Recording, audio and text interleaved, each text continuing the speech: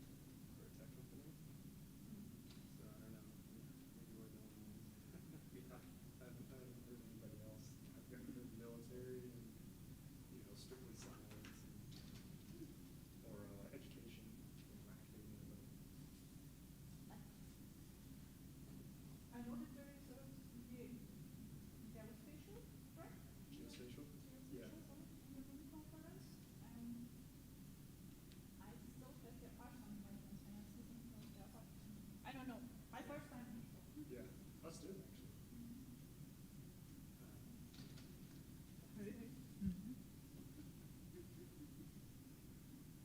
Yeah, we work with geospatial too. I was just trying to set up something in SQL to kind of consume and store geospatial data. I mean, GIS is better for that, but with the amount of other stuff that's incorporated, having that connectivity can be.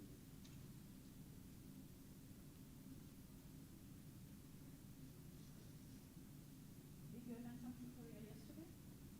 Yeah, I was in the Porto tutorial yesterday, and then the, what was it called?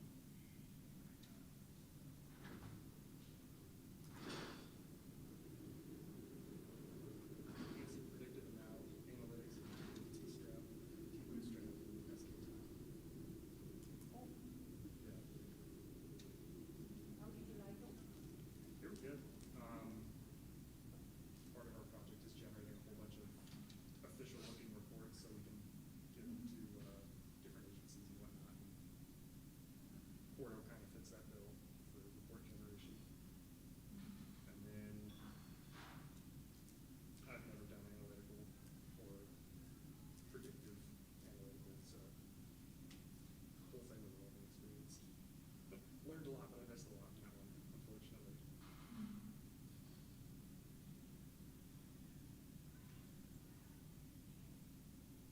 So when did Cookiecutter officially release, and why was it made? So, just a disclaimer, I am not involved in the project, so I am just an enthusiastic user Oh, of it. okay.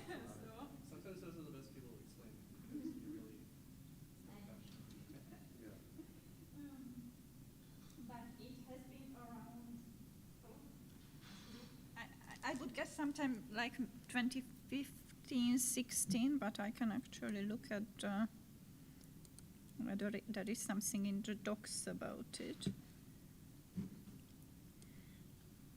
2013, says the copyright notice. Yeah. And the creators update very up-to-date templates for Python projects and Django. So they also wrote books about Django and are very, very active in that space. So I think a lot of people, there are a lot of software engineers who have used those templates but don't really create their own. Yeah.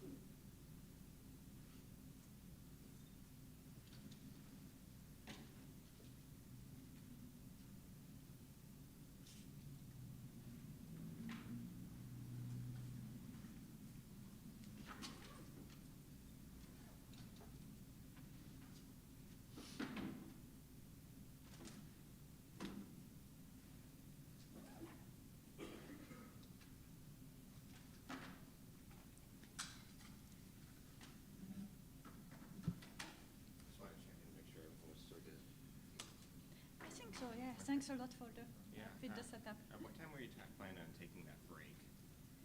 So the first break is, I guess, at 8:45 approximately. Okay, I'll be down here then. Cool. Just checking. Thank you.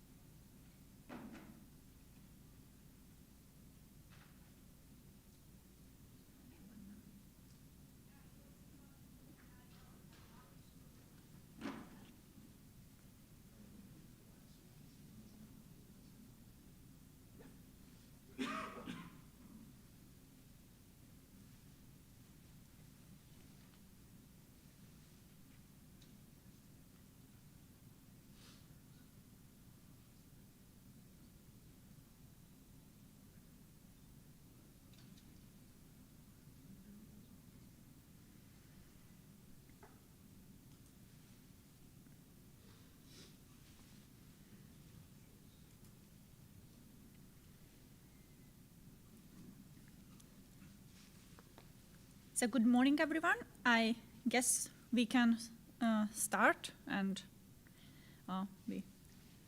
we'll start with some introduction anyway. So if anybody joins in the meantime, they can just jump in. So first of all, hi and welcome to this workshop. I hope you will learn something useful for your day-to-day workflow automations. And as the first point, I would like to ask you to clone this repository, which is mentioned here.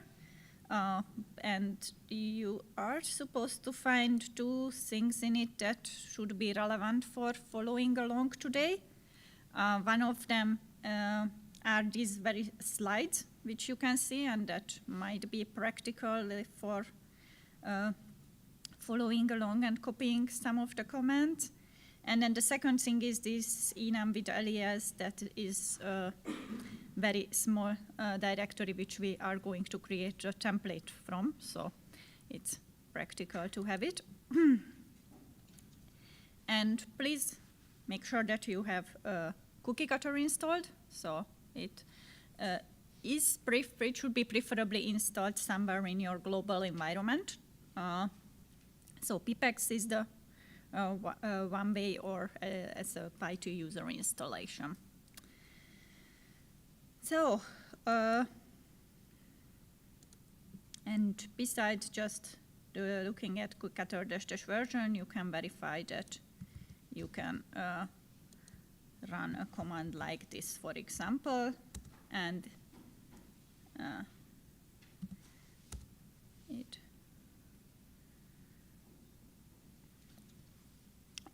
it should ask you various questions and parameters to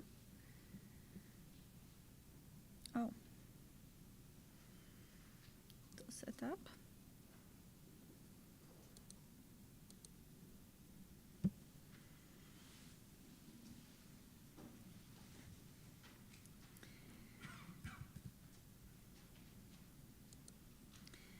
So, before I'm starting to talk to you about what is Cookiecutter, I wanted to ask you first of all, have you or who has already used Cookiecutter in some way?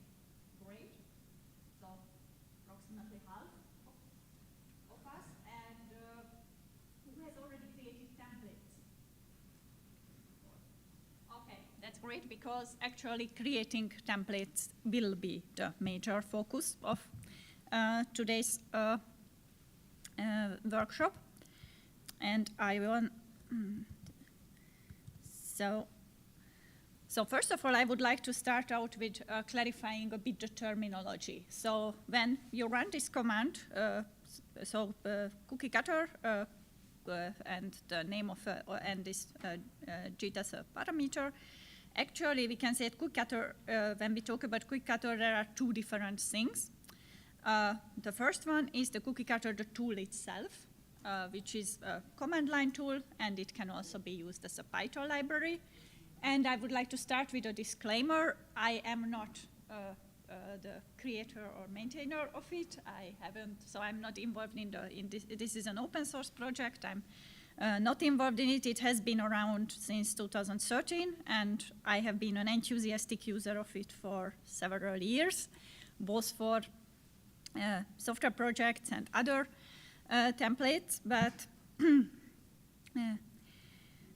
and that leads us actually to the second point, that Cookiecutter, the tool, works with templates, and these templates are directories, and they can be both on your local file system, which will be what we are going to do mainly today, and then they can also be on GitHub. And those of you who have worked with it, I assume that's what you already know. Which templates have you already used?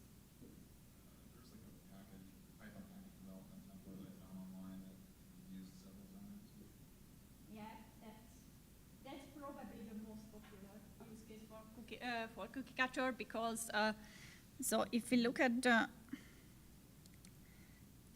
the documentation, which I, by the way, can very much recommend, and we will reference it a lot today.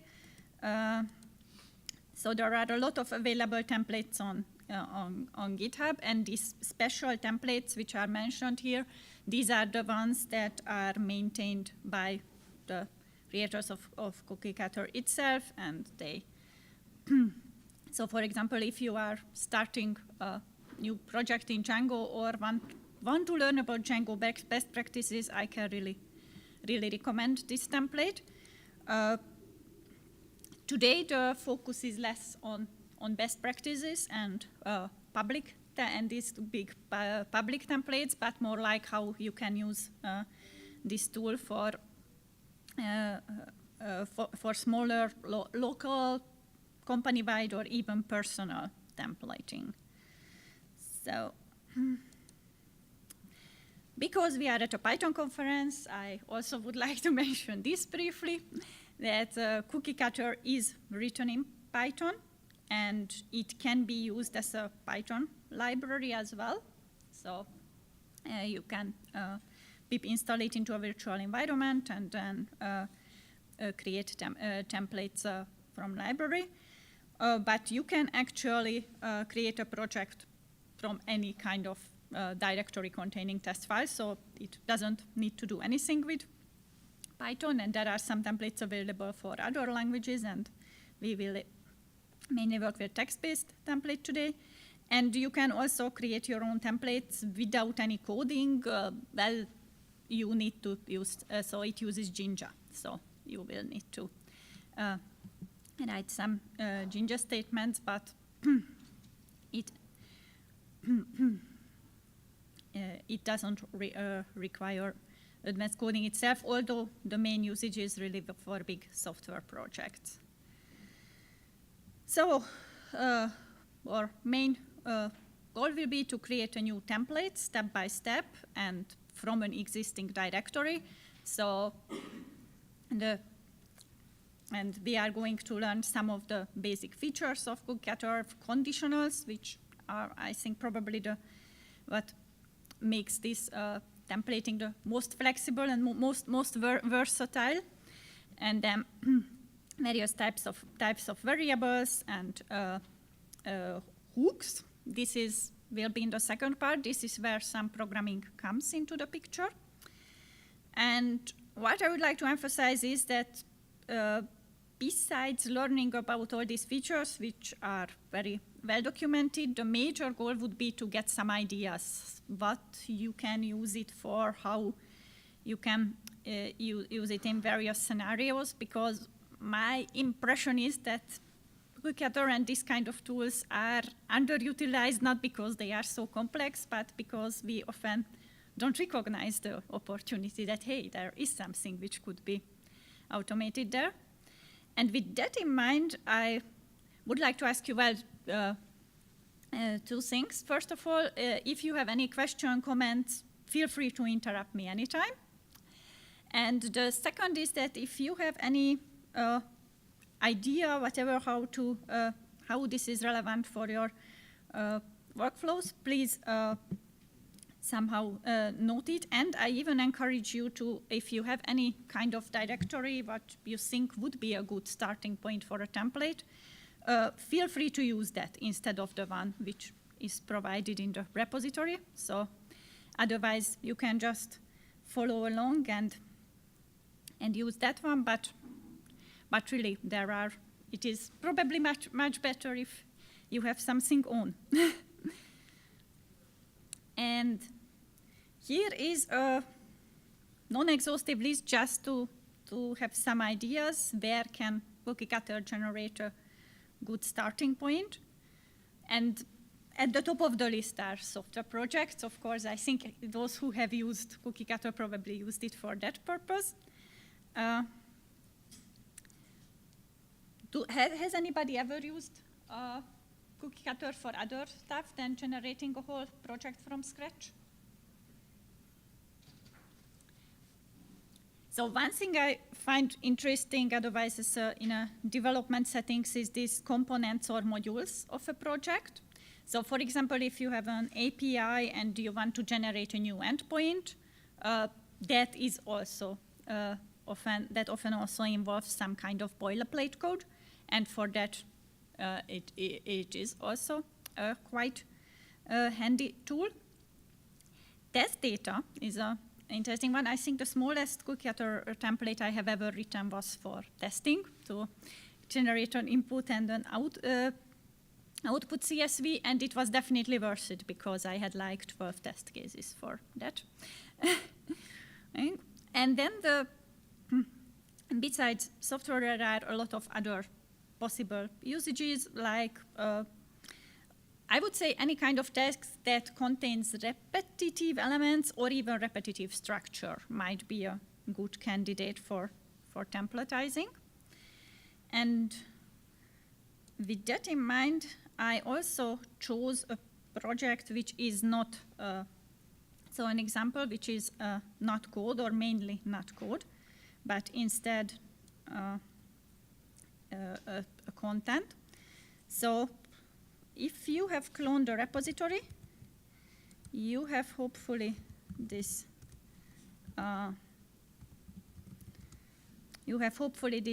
enum with alias directory here, and this will be the starting point for our template. So and as a very first step, I will create a new directory for the template, and I will just copy this enum with alias thingy into it as it is, and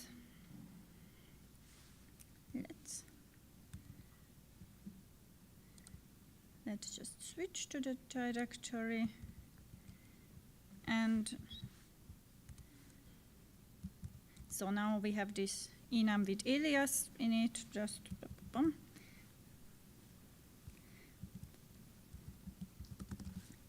so that we take a look at it. It is a very simple and very much work in progress blog post about enums and how you can release it. The content is actually not that relevant. It's just so that we have some kind of starting point.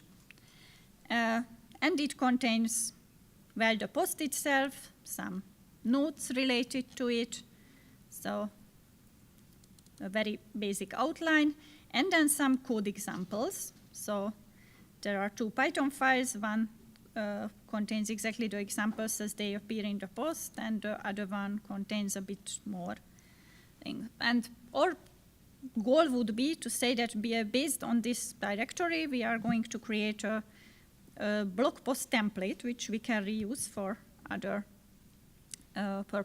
purposes as well. So far, all that we have in this Cookiecutter directory is just this blog post. So there is a second ingredient which we need, and this is a Cookiecutter JSON file.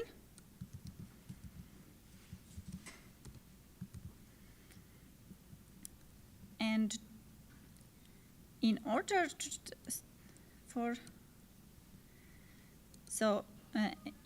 to make this a valid Cookiecutter template, we need to so this root directory needs to be templatized. So its name must contain some kind of variable, and this is what we are just going to do. We will rename the yes? Can you post your GitHub link again? Can you show? The GitHub, oh yes, of course. Is it?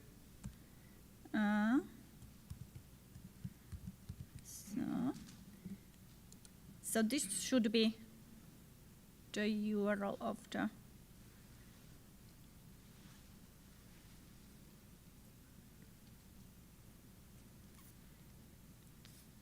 So we should not clone the main Cookiecutter GitHub repo? So no. What you should clone is this repository. And if you have cloned this repository, then hopefully what you find in it are, well, a very brief README, these very same slides that we are looking at, and a directory called enum with alias. Is that where we are?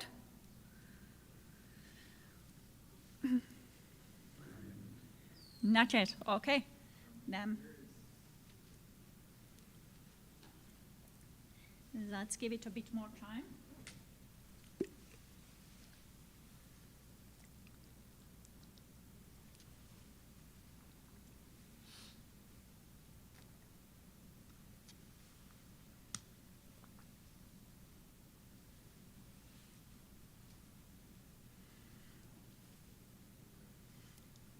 And just to recap, the use case what we are going to explore today is that we have a directory which contains some content which we deemed worth templatizing for whatever reason.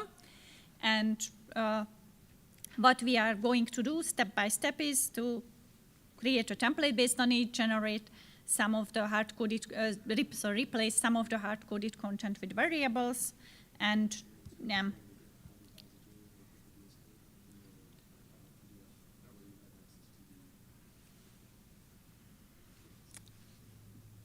shall we continue, or?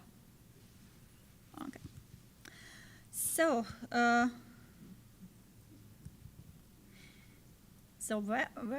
we have been just at the very first steps of generating a new template from an existing directory. And what we have done so far is, if we look here, we have this enum with alias directory just copied into a new place as it is. And we have created a Cookiecutter JSON file, which is right now completely empty. So our next step will be to add some content into it. And in order to have a valid template, you need at least one variable in it. And this one variable should in some shape or form appear in the name of the root directory. So what I am just, so I could have called this slug now, and my next step is to replace this enum with alias directory with, so to rename it to Cookiecutter slug, like this. So now, if we look at our if we look at our newly created directory again, it looks still quite the same, but the root directory has already a templated name. And sorry? So what is it exactly we're doing here? We're adding this slug awesome article. Sorry, which question? What is going on when you're adding that one object to the JSON file? Okay, when I am adding this object to a JSON file, I actually define a variable. And perhaps this is a good time to mention that Cookiecutter uses in the background Jinja, the templating engine. Has anyone used Jinja with Flask? Okay. I'm definitely not an expert of it, so you just need some basic syntax to know it. And what happens is that now that I define this variable slug in the JSON file, I actually have access to it with this Jinja syntax with the name cookiecutter.slug. So if after I rename this directory, now I actually have a kind of working template. It doesn't templatize this too much, but it's already valid. So if we want to try it out, in order to try it out, the first step I recommend is create a new directory for testing it, because I have very often ended up with a lot of test file directories generated when I was working on a new template, so that's really not commented. And so we just point to there, and now actually you should be able to run this Cookiecutter blog post, and it will ask you for a slug, and the default value is this awesome article, which I defined in JSON, but instead we can just give it another name, like create a template.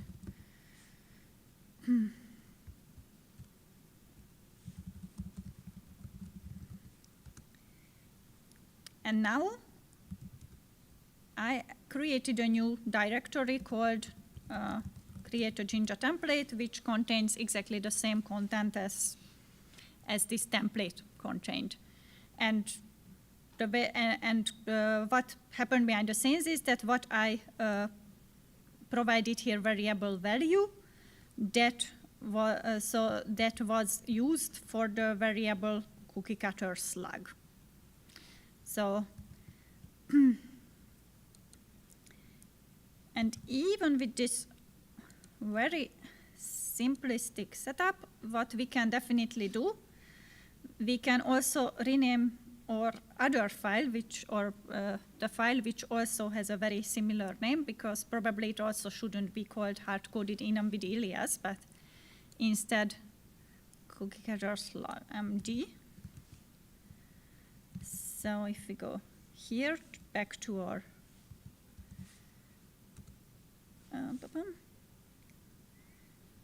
so yes, I should first switch into the directory, and now rename it.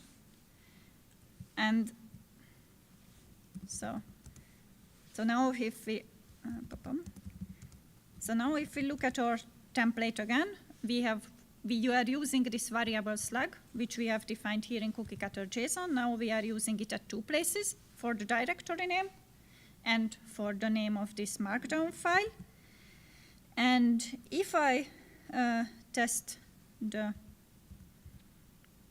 template again, this time I should give it another name, like just go with the default. Then if I now look at this awesome article, it's already called the awesome article MD instead of, so because that was also replaced.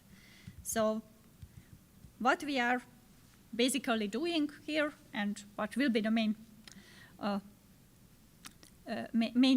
theme for us today, that we are going to define various variables in this Cookiecutter JSON and then replacing and then using them at various places in our templates. So let me get back. And yes, that is probably a good time to set up a Git repository with our initial template.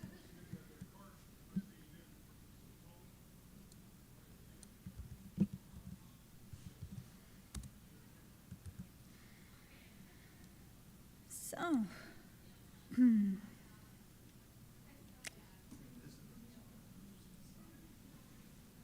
any questions so far?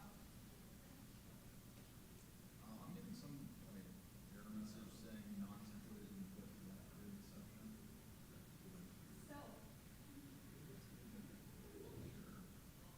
So I'm just outside of the Cookiecutter. I put the two really big there, but I made the record here just to show off that way. So that it's Windows with the Probably Windows you need to do it here, I'm not sure. So, but that's actually, It might not let us do this right here.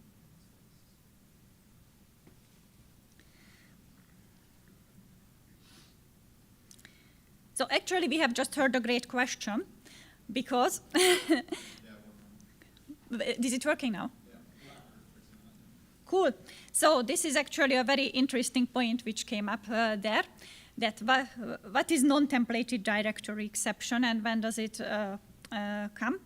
So generally, we don't need to set up a lot of things for a directory to be a valid template, but one strict requirement is that the name of this root directory must contain some kind of variable.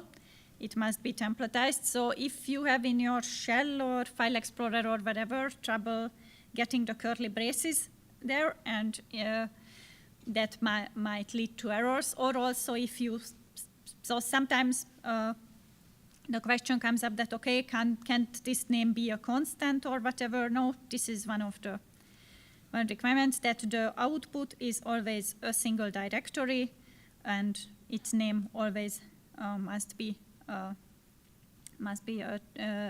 templatized, so contains some kind of variable. So, so now we have this very minimalistic template, and I just would like to share a quick round of tools and tips about it. So first of all, I really recommend creating a testing directory like this, because even after this, setting up this very small functionality, we have already two directories which we will probably throw away later, and it has happened more than enough time that I was doing the same thing in home, and then so in the home directory, and then was trying to figure out, okay, which of these are the dummy ones. So that's definitely a tip. You can also create a symbolic link for the template you are testing. It makes things quicker. Now in the tutorial, I will use the whole names all the time, but it's very handy. Similar way, set up a bash alias for Cookiecutter, because I think it's a cool name, but it's a quite long one. So, and for testing manually, so to say, so verifying your output, I like the tool 3, but really any kind of directory structure, whatever tool will do. And then the last deepened suggestion is in VS Code, use some kind of Jinja extension and set up the file associations for your template directory in the workspace settings. So that's actually the next point we are going to do. So, and what?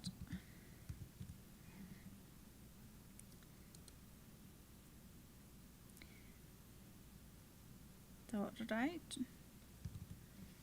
now,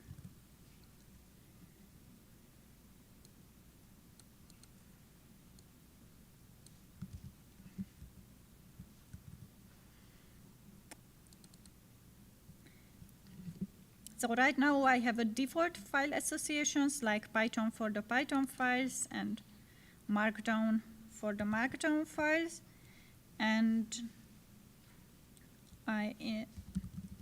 instead we want them to be rendered as Jinja templates. So I create this VS Code directory and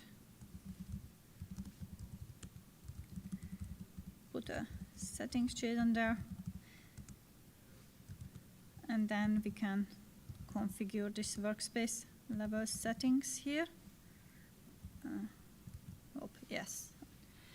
And I just briefly want to show also in the settings. So it is important to configure it in the workspace level because you really just want it for that directory. And somewhere here in the, so yes, it should look like this. And of course, if the template you are generating is not with Python or uses other files besides Python and Markdown, it's recommended to set those as well. What I am using for using here is this better Jinja template, but not template, sorry, better Jinja VS Code extension, and it offers syntax for quite some different. So Jinja syntax for quite some different file formats. I know that there are other Jinja extensions for VS Code as well. Not so much about other editors. It doesn't really matter which one, but it's really handy to have some syntax highlighting. And it will become really relevant in the next step, because so far all what we have done was renaming a directory and renaming a file. And for that, the syntax highlighting isn't that relevant. But what we are going to do now is to actually go through the content of this, let's call it template already, and try to figure and create a template from it. So for every piece of content, we need to consider that, is it something we want to keep, and because it can be used in a new case as well? Do we just want to remove it because it's probably very specific for that one blog post about enums, and I can't reuse it in any shape or form in another blog post? Or the third option is, and that's what Cookiecutter is for, parameterize it. So can we somehow define a new variable or whatever, or some condition and refer to it with that parameterized form? And then there will be a fourth option that we say that some of these parts are probably conditional. That will come at a later part. So just to show an example what I mean. For example, all this code which we have here in the examples is enum specific. If I am writing a blog post about date time, probably I won't need it.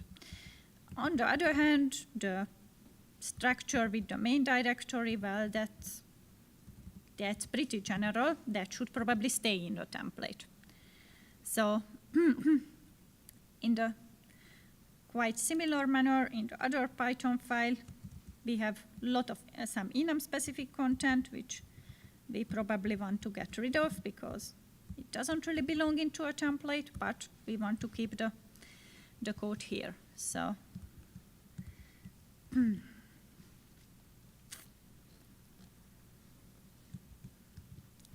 so let's just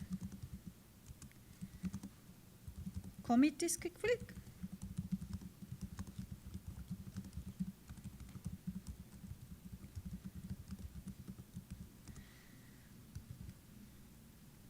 And then the third step which we had besides keep and so the third option we had besides keeping or removing something is to actually parameterize it.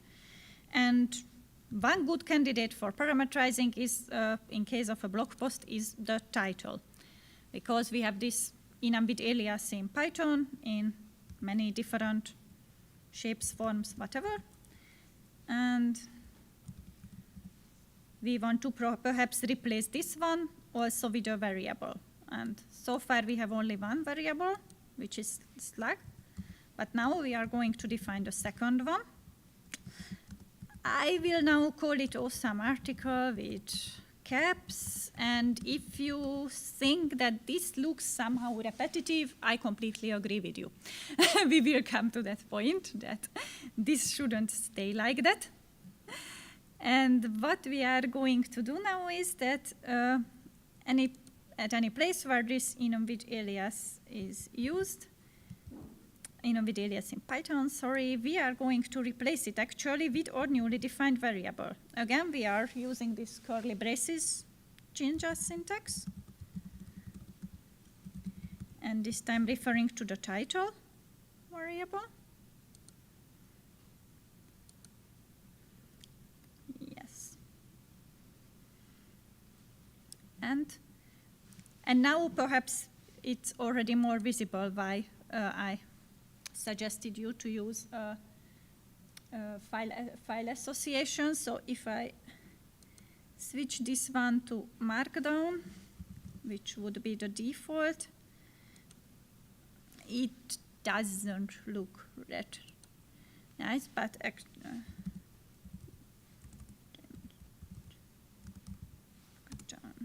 yes.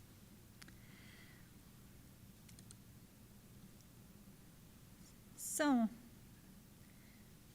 if we look at it, we have just look at our changes. We have just defined a second variable in our JSON, and this time we are using it not just in directory names and file names, but in the content of our files.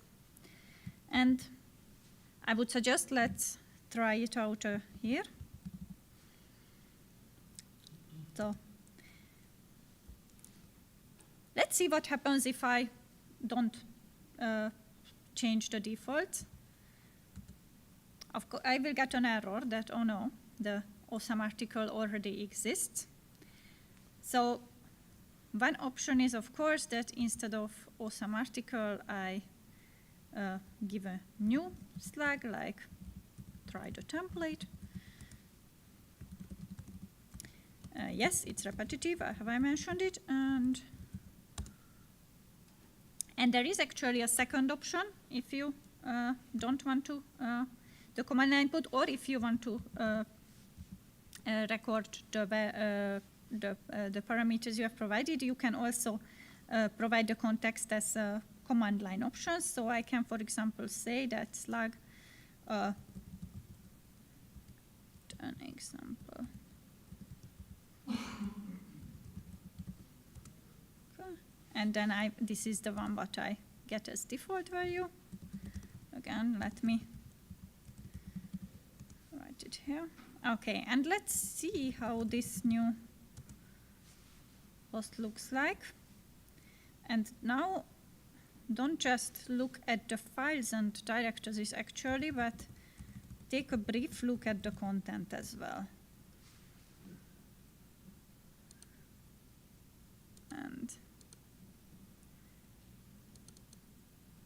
if we take a look at it, yes, everywhere where the title should appear, we see this has been replaced. So I guess we can say it's successful and committed.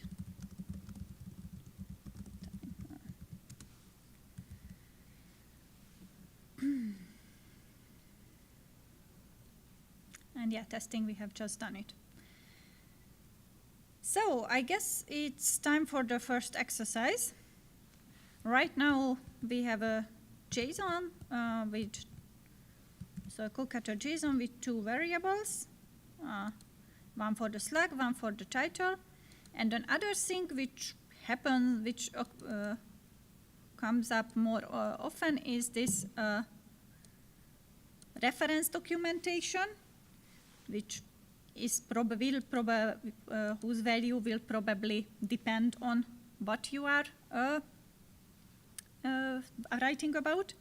And then the similar way, there is a how-to documentation, which appears both in the draft post and in the notes file as well. So let's define two new variables and use those instead of the hard-coded URLs.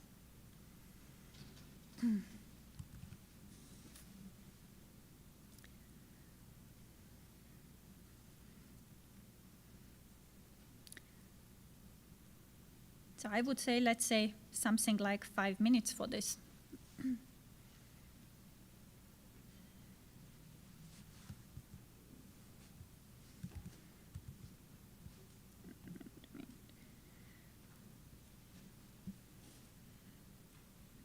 And as an additional point, you can go through the content of this blog post and try to remove everything which sounds very specific to an enums, and for now assume that the references to Python, they can just stay here.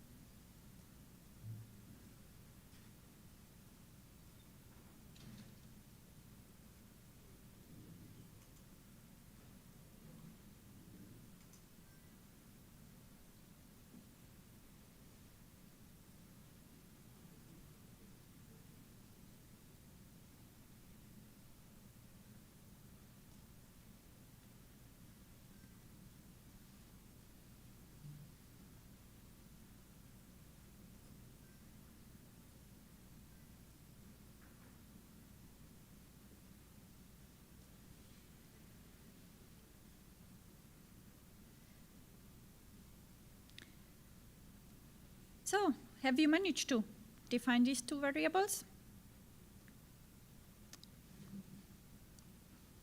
Perhaps let's take a look at the solution together. So, again, I am starting here, and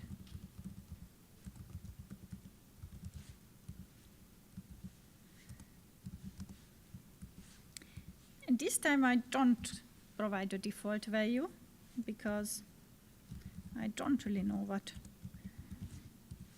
that will look like for my use case. And again, what I am going to do is that anywhere where the reference docs are used, instead of this hard-coded URL, I refer to the variable. So docs like this, and the same in the post itself. So here.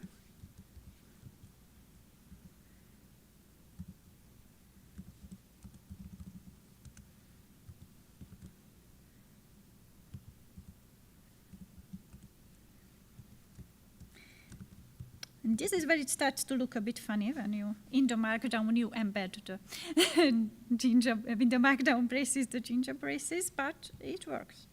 And same here. Here I will replace it with cookiecutter.howtodocs.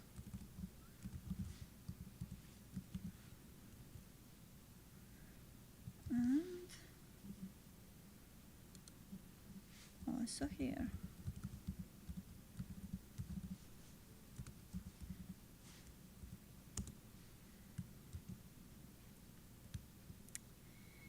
And for testing it, I go again here, and I will again use this, use just this syntax to make sure I am adding a new unique title.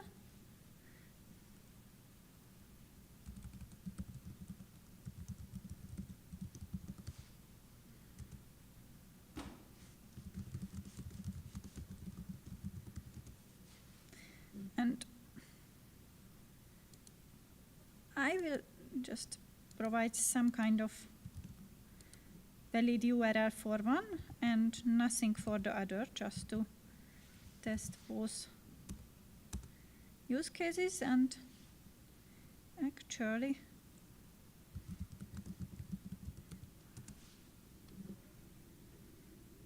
if we look at our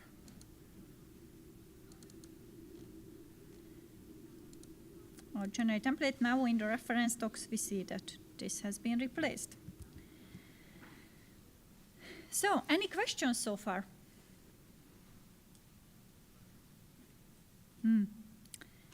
I think that in that case we have deserved a break for now.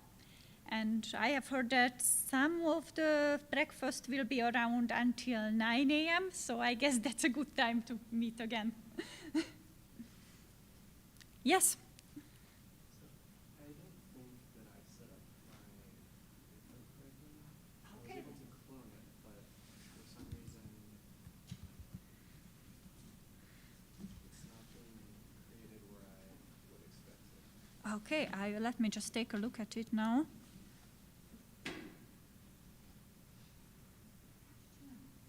So I had a location I wanted to install it, but it's install or creating repo within my user account I have. Is that where it's supposed to be? It can be actually anywhere, but the commands in the PDF assume that it's in the home directory, but whatever. It doesn't really matter where it is. Okay, So- so I wanted to specify a specific path to create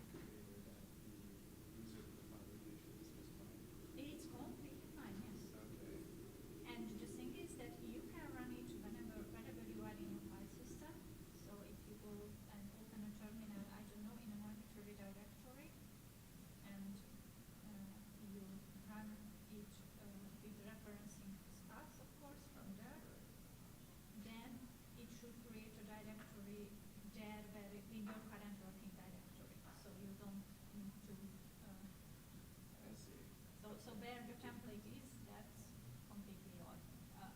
Okay, okay. Oh, sorry, it's perhaps a bit confusing with these many different directories we are working. Yeah. I'm just straight missing some commands.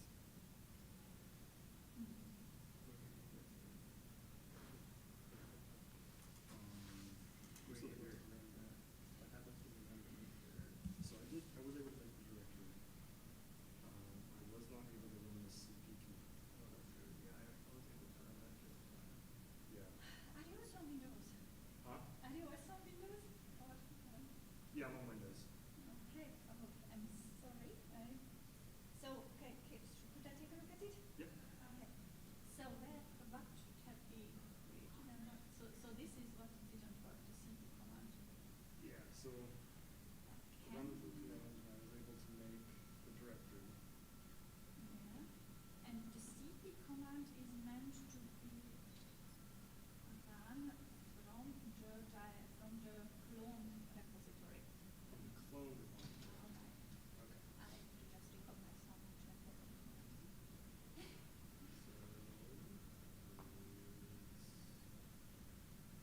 So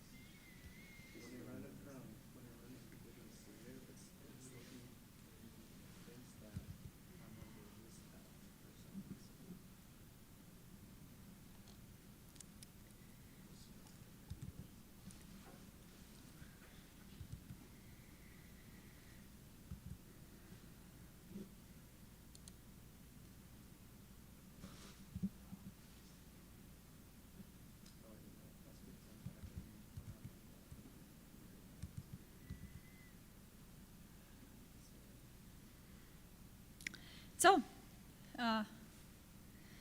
welcome again. I think we can continue. And in the break, I posted this current status or the current status of our template into this after Q1 directory. And I got some very good questions because I kind of recognize that we are dealing here with multiple different working directories, so it's perhaps good to clarify it. And it's also relevant because we are having 3 now. Whenever I am working on a template, I have at least 2 of them. So the first one which we have is actually this Cookiecutter tutorial SciPy, which you can clone from GitHub and which now also contains this status after the first Q1, but it contains it only as reference. My explicit recommendation is to have the template itself, which we are working on, in a completely separate directory, because this is also this should be also in Git independent from the tutorial material. So I guess it's and that's how the usual workflow is as well, that I have a Git repository for the template itself. And then there is a third directory which is very helpful for avoiding a lot of random test files somewhere in my file system, and this is this testing directory. So I actually have it on 3 different workspaces in Ubuntu. I'm not sure in which, so in your system, in your workflow, what is the good setup for this, but I definitely recommend having these 3 things separated. So this is the, so to say, the workshop material, which I mainly use for showing these nice slides, but also for posting status. Sometimes the second and probably most important place is this where our template lives, and where we can see that we have already done some progress with adding various variables. And then the third one is the testing, which is also an important part of creating a new template. And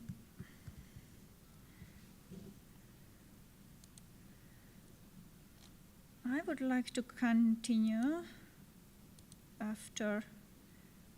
So after we have just defined 2 more variables, so our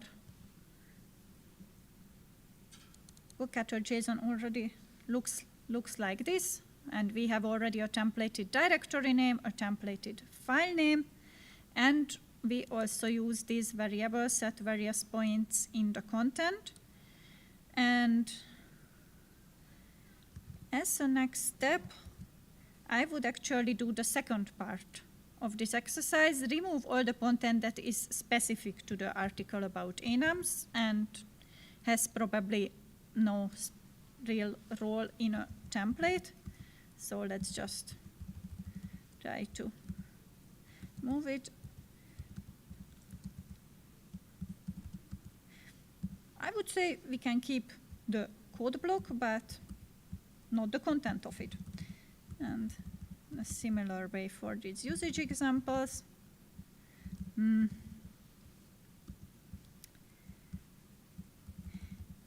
We have already parameterized this reference and how-to docs. These are probably things that will be relevant for other posts as well, assuming that we are going to write about some technical topics. This third link that is completely specific. We can remove it. We have already done the examples, and I will just quickly go through the other files as well.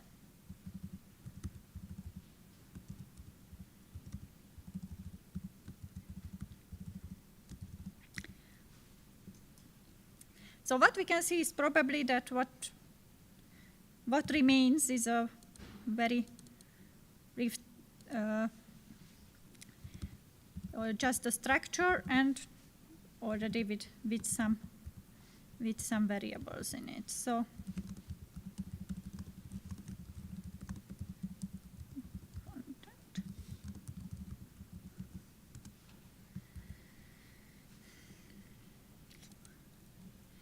now that we have already created our first template and just wait, I would like to overview it again. What does it actually contain?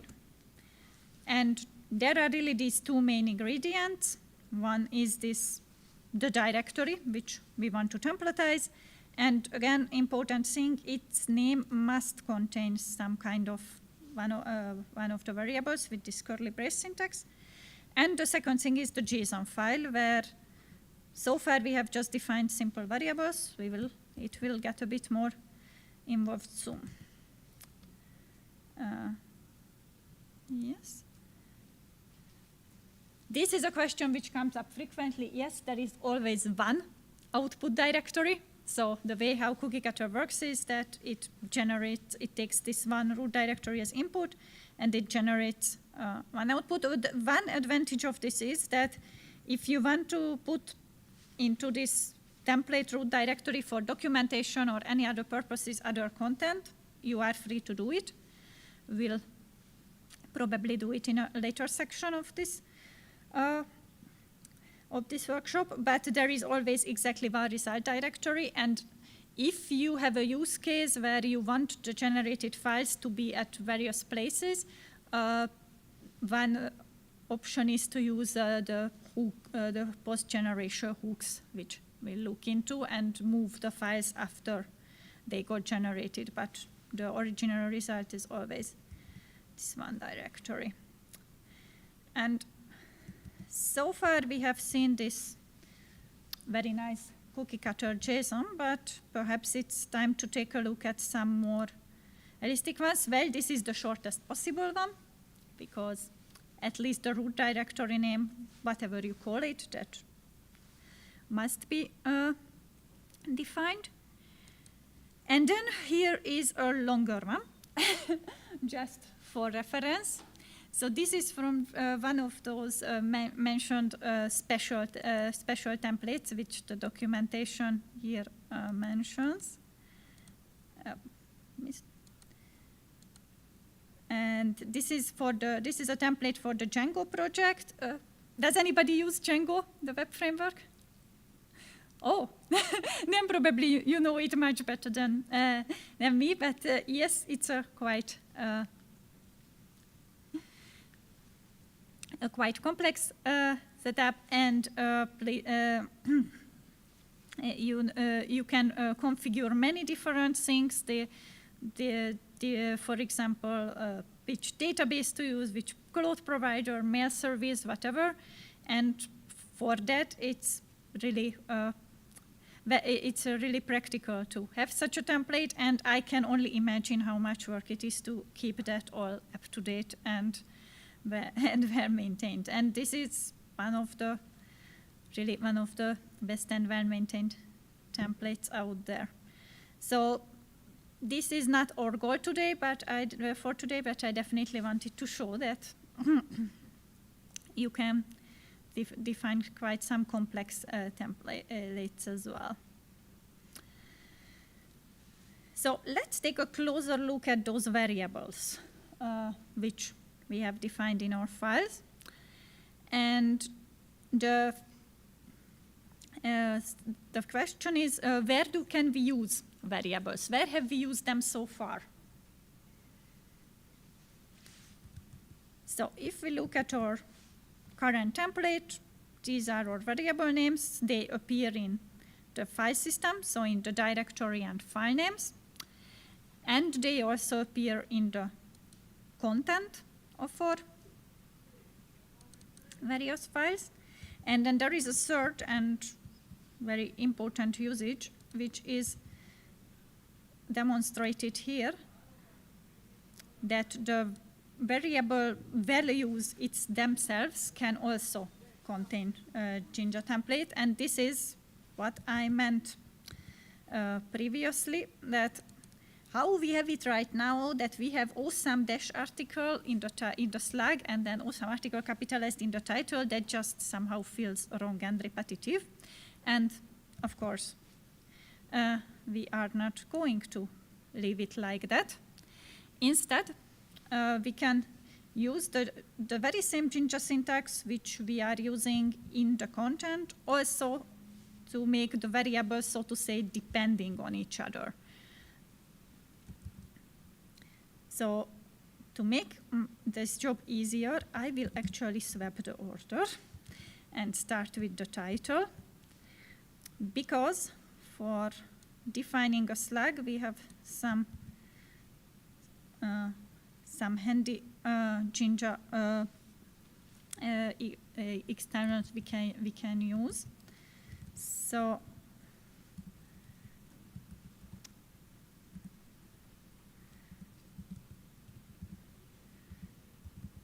here we say that the slug should derive from the title, convert it to lowercase, and replace any kind of space with dash. And the reason why I chose this order is because it's easier to convert a capitalized expression into lowercase than the other way around and try to guess the right capitalization. So,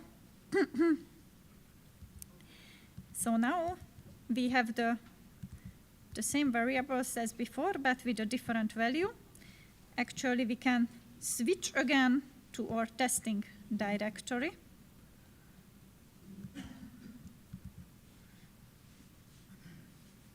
So here, and let's just see how this works again. Oh. So instead of automatical, let's pick another topic, time zones in Python. And now my suggested slug is automatically the one derived from the title, so a bit less typing than before. And I will just leave these two fields empty now so that we get a bit quicker. And now if we look, the directory generated is called according to the slug, so no surprise here. And I think this is a good time to introduce another nice option of the Cookiecutter tool. So we can also pass this no input option, and in that case it won't ask me for these four variables, but instead it will always use the default values. What will happen if I run this? Well, we are getting an error because it uses the default value of some directory, and unfortunately that one already exists. So for testing, one very practical setup is to use this no input combined with another with the other option which we have seen, that we can also provide context by variables. So now I will just add another, so I will add the title also besides the no input option. Let's say, I don't know,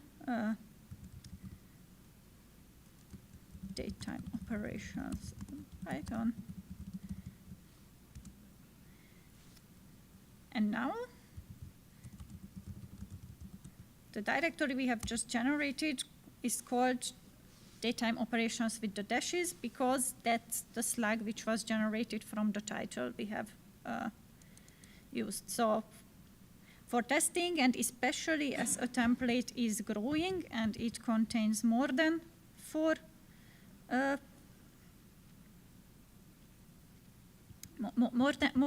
variables in the JSON, this no input combined with providing hard-coded the name, the variable that should be unique, that's a quite nice shortcut. And so just to recap what we have done, so instead of having two variables with a hard-coded default value, we said that the title has a hard-coded default value, and the slug instead has a default value which is actually derives from the title. So let me commit this.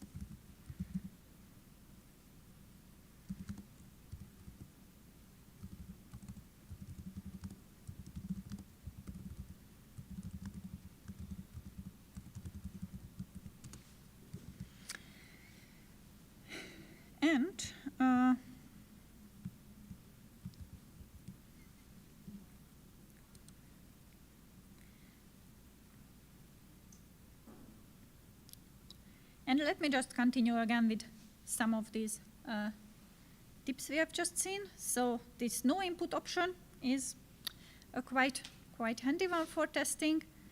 The extra context is also a good candidate, and generally it's probably better to use some kind of realistic test values, because that's how you can check whether the content really looks like what you want to render. Also, for example, whether text lengths and things like that match. So for example, this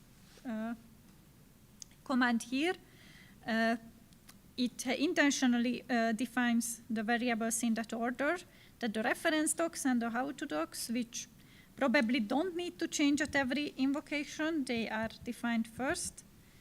And then the title, which needs to be unique because the slug derives from it now, that is defined last. So, yes, and now I get an error because I didn't follow my own advice and didn't create a symlink for it. So let me just do that.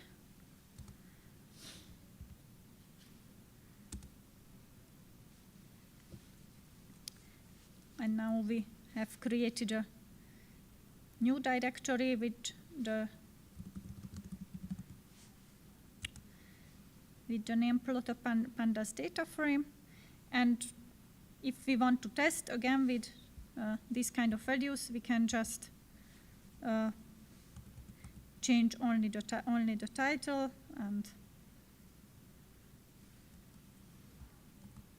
I don't know, I just omit pandas.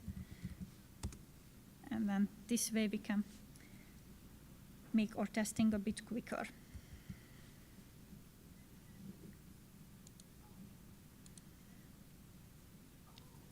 So, next exercise. We have just redefined this slug so that it depends on the title. And I'm not sure whether you have recognized, but when I said that I removed all enum related content, I actually left a file which is still called explore enum with Ilias. So instead, now it's time to rename that so that it uses probably the snake case version of the title, or can derive it from the slug or whatever, instead of this hard-coded name, which probably won't be a good fit for a datetime themed post. So let's say we take 5 minutes for this exercise. And let me know if you have any questions. Yes? Is it possible to get user input for the title in this case, derive the slug from that as a variable, and not ask them for input for the slug to require them to use the derived slug value? Yes, so it is possible by using private variables. So I am looking at the documentation. So what we can do is that we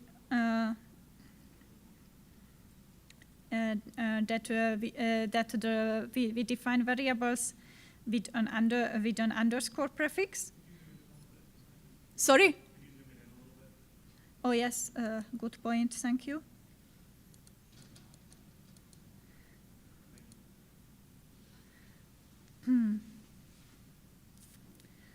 And what you want to have in this case is probably a rendered private variable. So it will be private because the user isn't required to fill it, but it will be rendered because the Jinja template will still be run and replaced. So let me just go here. So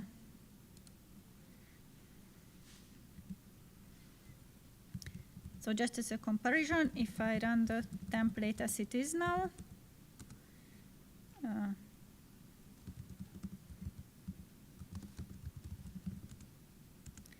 I am asked for the slug, and if I instead use this,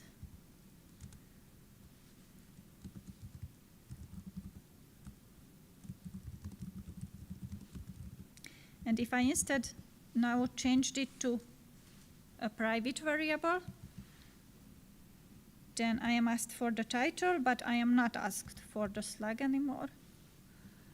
And sorry, I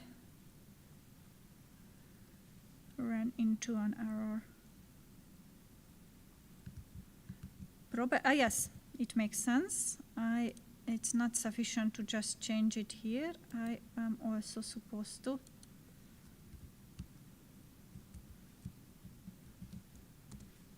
rename this and that one.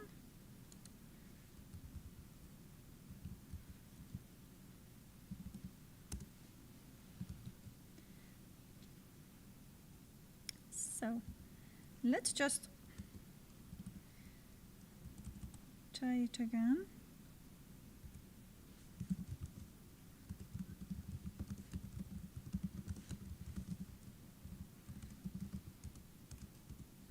Oh, now it looks better. And if we look, so now the slug derived from the title was used without any user input asked for.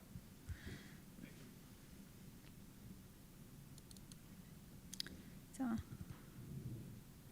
I will just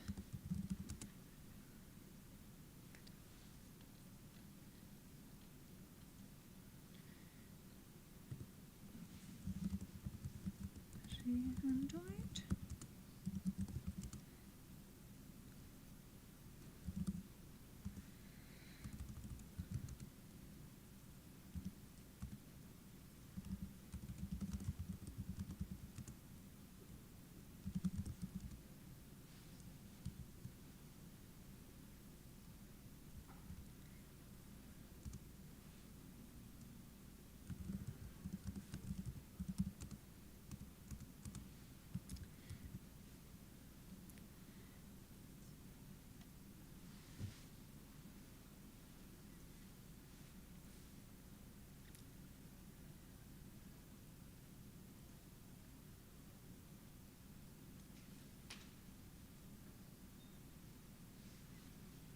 So let's take 3 more minutes for this.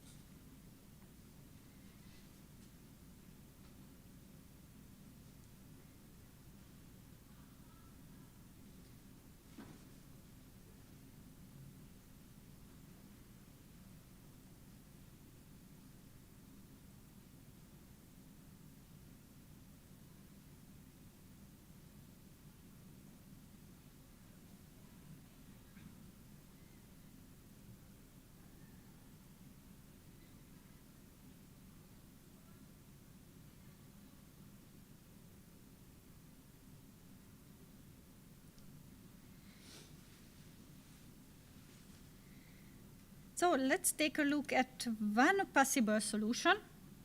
I would like to emphasize that it is one of the possible solutions, but there are multiple other ways to approach it. So one idea is that we make the whole module name we define the module name also as a variable, and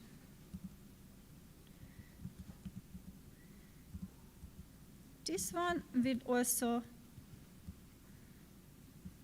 so it has this prefix explore, if we especially like this word, and this time we don't derive it from the title but from the slug, because that is already there, and this way we need fewer replacements. So we just replace all the dashes that it has with an underscore, making it a valid module name. And then here, instead, we rename it again, that it's now called Cookiecutter.module name.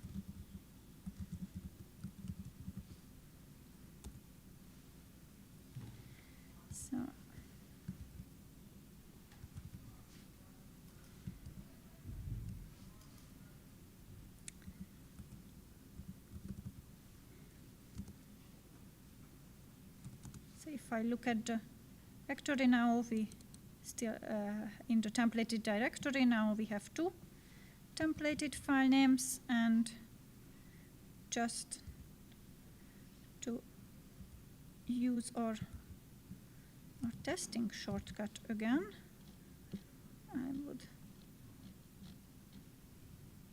go back here.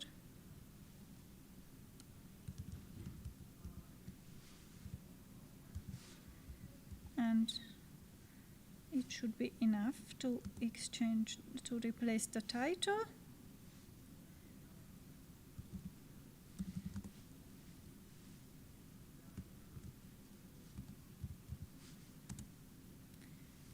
And now if we look at our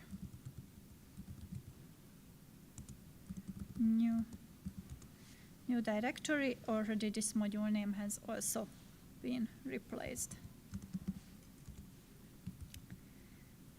So another possible approach would be that the file name doesn't need to contain only the variable. We could also combine it in some way, that it says, I don't know.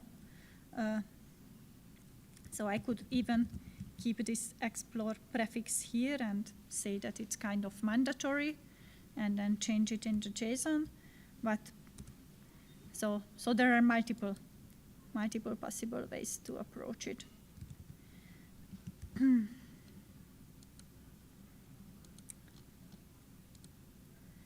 So, question: what do you think? Where are these kind of so variable names depending on each other? Where is it used? What are some use cases for it?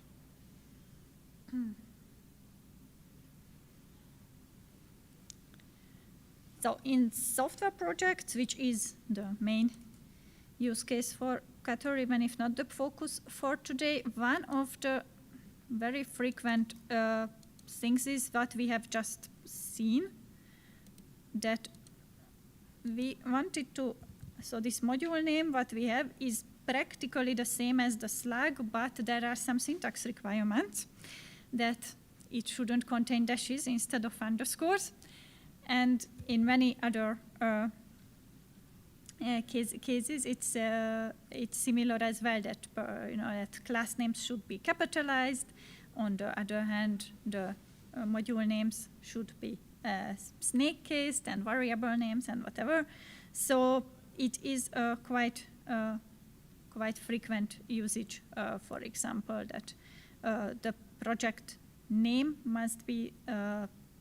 The project name can be some kind of a title, but the project slug, that must be a valid Python package name. And making this making this kind of conversions, it is really very practical to use this kind of stuff. Then also for text-based content, it might be that if you need to use some prefix, suffix, it can be a practical tool. And again, this is where this starts to be much more efficient than just copying and pasting a directory and starting replacing text. So some best practices now that we have seen some of the major features. So starting small is often a good idea, especially if you are templatizing a bigger project, which is more complex than our 5-file example for today. It might, so a common pitfall is trying to automate everything at once, and this is probably not realistic. Perhaps with test cases or with some very basic use case it's possible, but usually what we can aim for is providing a good starting point, and that's already very valuable. And then the next point I would like to mention is that in this JSON file, we happen to have default values. And these are, of course, their basic usages that these are what are used when there is no other user input. But they can also serve many other purposes. For example, they can act like a documentation, so to say, because one disadvantage of JSON is that we can't really write comments. Of course, we can always write a README and give some tips how to use this template. But if you give even such a dummy title as this one, but in the right format, so with the capitalized words, that already gives a clue that, okay, we expect something in that format here. Occasionally, what I have also seen is that the variable default value even contains some instruction that use a capitalized nice title here or whatever. So.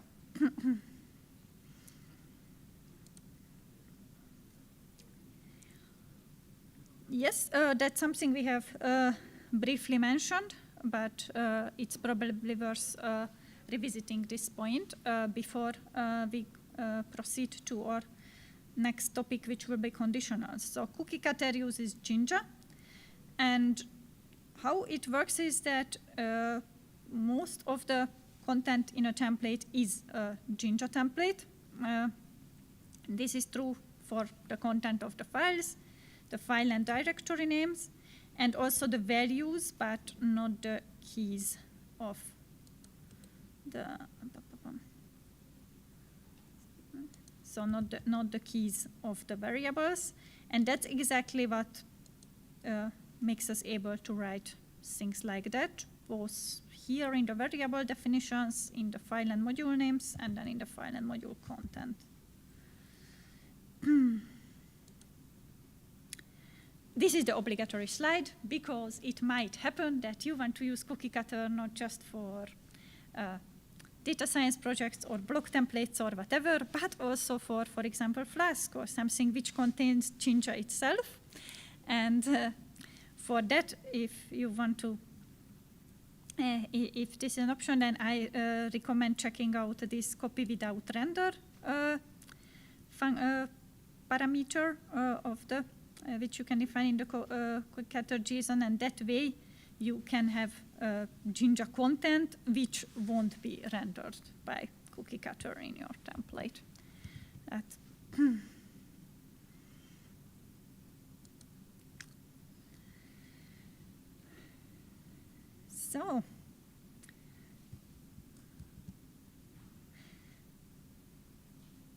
So the last time I was testing, I intentionally provided this kind of almost this kind of longer command, so that we have some reasonable value for the reference docs, and we have some value for the how-to docs. But now it's time to take a look again what happens if we actually leave those two fields empty, because it might happen anytime that I am writing about some kind of topic where not such a good documentation doesn't really exist, or I'm not aware of it. So let's run again our template.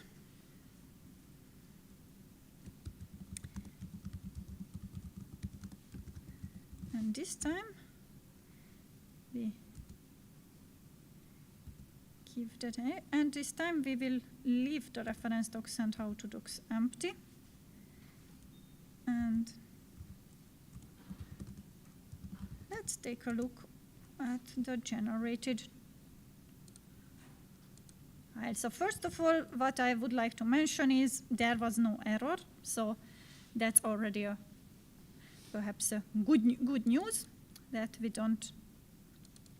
So Cookiecutter fails relatively rarely and is generally very tolerant with things like missing values and whatever. What we have got is a markdown link which doesn't really have a URL, and probably in that case the reference docs and how-to docs don't exist. So actually instead of that, probably something like this would be a better outcome. Question is, how can we achieve this? And for that, we can now rely on the fact that we are using Jinja, because Jinja also has if statements. And what we have, and these variables which we have defined here, these are just plain Jinja variables. So actually I can go to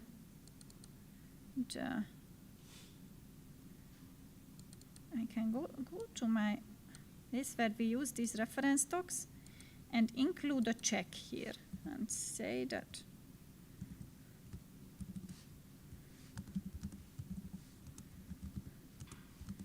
this part should be rendered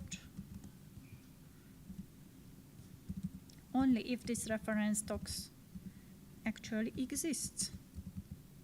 And here the same with the how-to docs.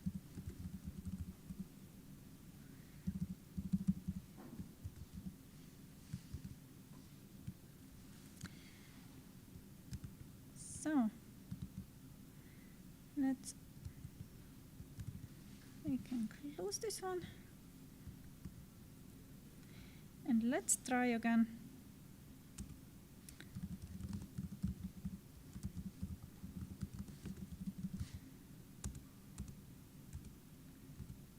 The same way and see how it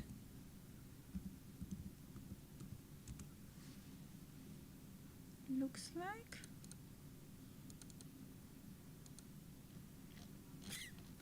And this time in the more info, the links are completely missing because or if statement remove them. So not remove them, but or if statement made them their rendering conditional. Sorry. So next exercise. Now that we have seen some if statements, introduce similar ones in the sources section of the notes.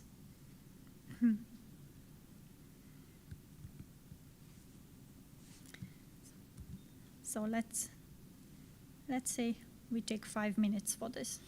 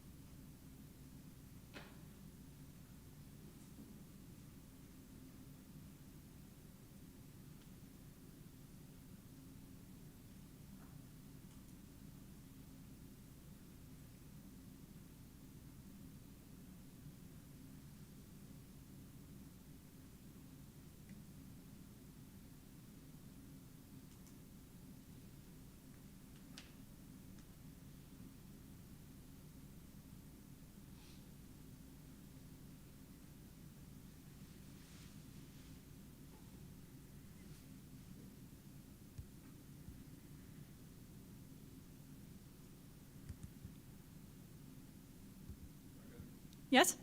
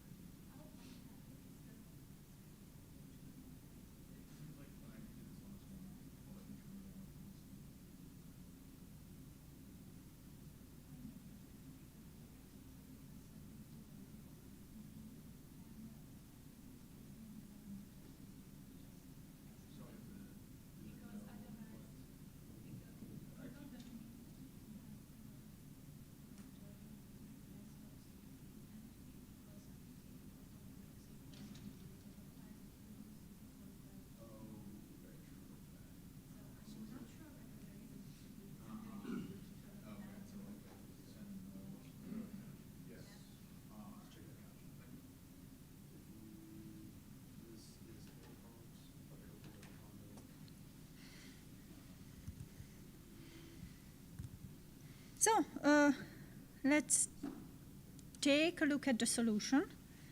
And I will be lazy and copy and paste the very same if pattern which I used in the post. So here.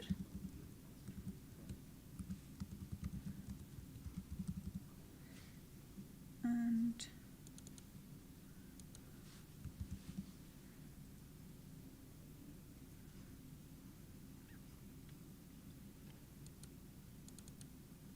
this one should be here.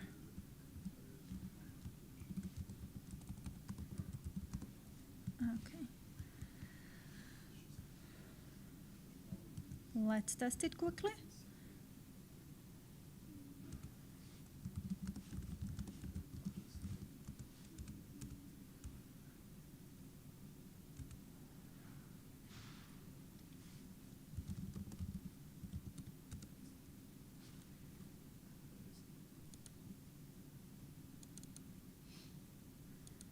Okay, so this section is missing, and what you might notice is that if we introduce such if statement, it can, especially if you add nice new lines around them, it can lead to some empty space in the content afterwards. So for code projects, the solution is often to just run some formatter on it after the template has been generated. Or otherwise, I guess you could do similar with Markdown. So I would say let's take another quick break, and let's meet at 10:05 again. If I recall correctly, until 10 there should be some food still around.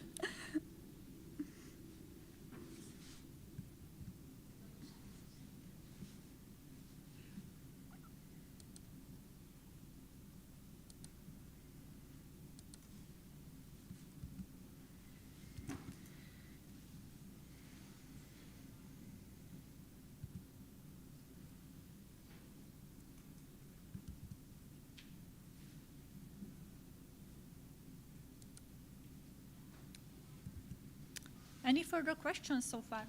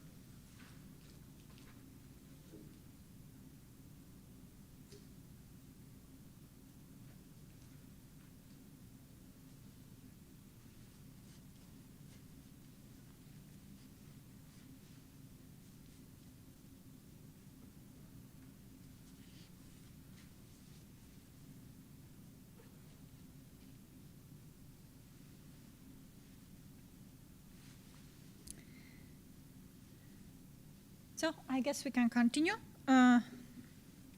further with conditionals. And in the break, just as in the previous break, I posted a new the current version of our template, so you can find it in this after Q2 directory. Again, I recommend it only more just like a reference to look at it, or if you got stuck, then copy it into a separate directory and continue from there. And we got two great questions related to this third exercise just before the break. So just as a recap, what we wanted to achieve here is to make this whole section conditional, that even this title, so this whole section should be displayed only when the reference docs variable exists.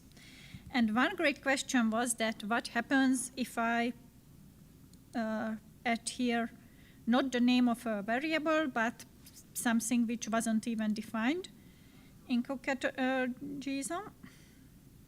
And the answer is that if we just try it that way, like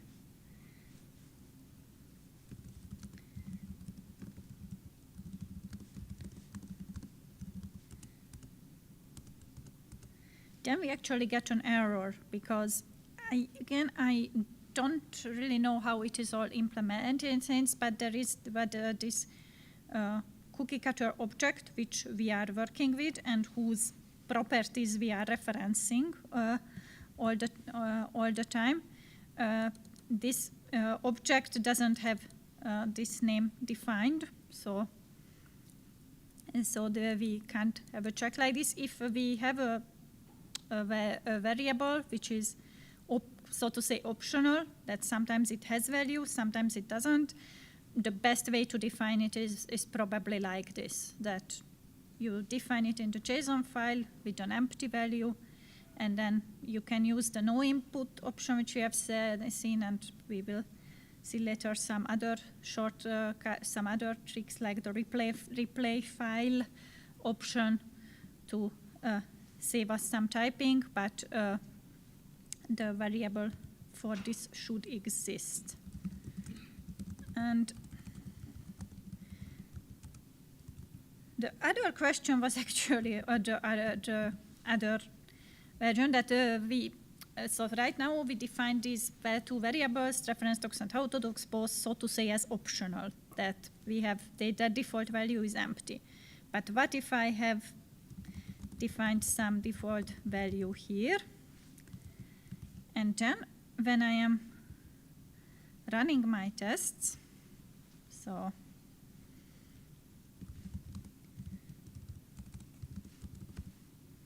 default value,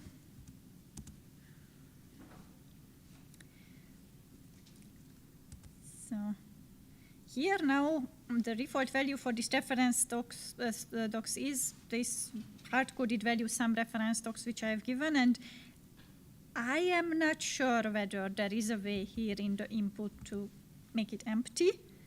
So if I just enter it then right now, or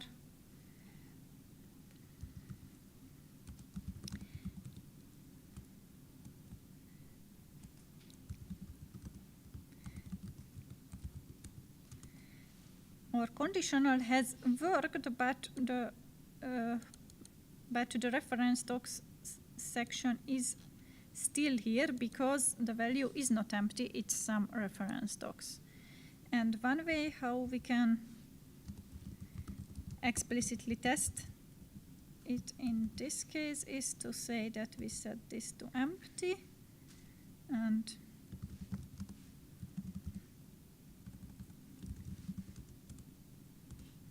this way the reference docs is shown, but this time with an empty default value. So, so now we can try out the conditional, and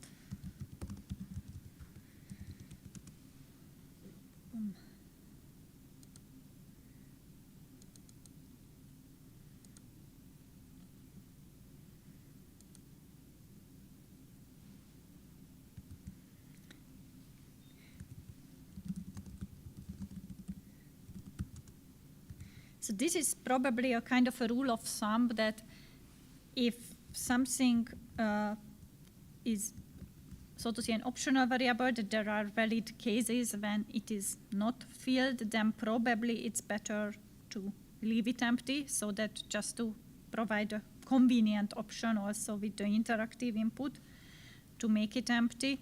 And in that case, if you want to show an example value or use rather a documentation for it, you can create a README file in the template, for example, and then later we will see that the replay file is also a nice option to make this more flexible.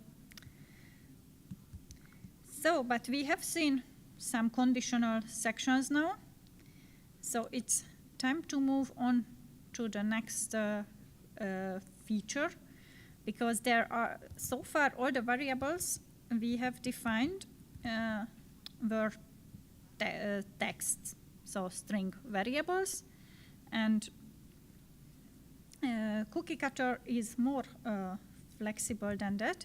It can actually also support explicit Boolean variables with this true-false syntax, and there are multiple valid values for the interactive input, which are interpreted as true or false. Again, I can really recommend to check out the documentation for it. And documentation also shows a great use case when such a thing makes sense. For example, for software projects, there are a lot of environment dependent things, and from a template, it might be very meaningful to have a Dockerized and a non-Dockerized version as well. What I have also learned today that yes, for this presentation, probably it would also have made sense to have a Windows-friendly edition of it. So sorry for that. But anyway, any kind of this environment, this environment-specific setups, that's a great use case. For example, for the Boolean variables and making whole sections optional. So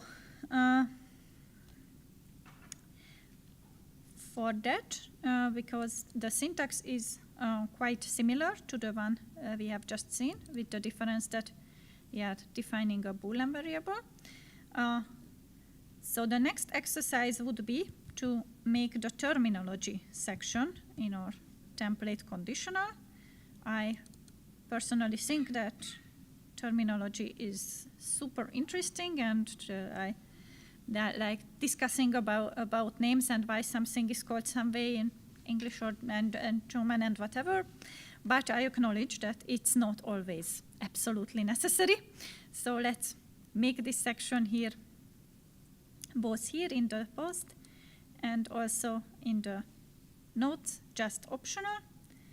And this time use explicitly a Boolean variable for it.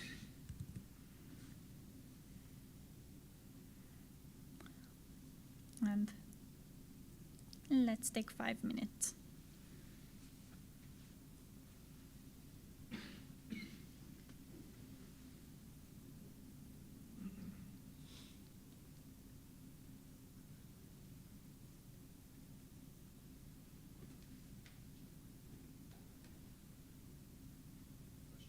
Yes? In this portion here, can you set up cookie cutters so you can reference a file so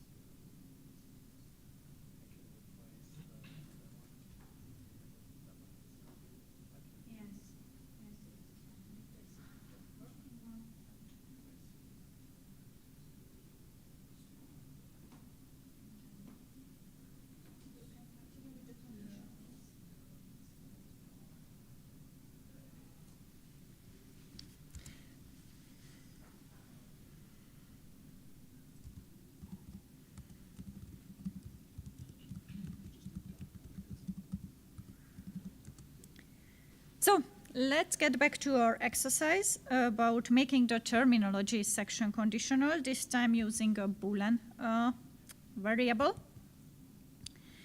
And the first step is to actually define this variable. Okay. So I'll just look whether I'm saying something here. So here we have an include terminology section. Name. And default it's true.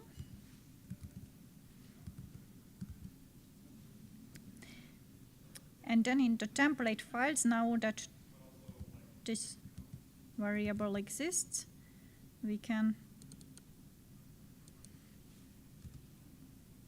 reference it like that. Oh, that was another version.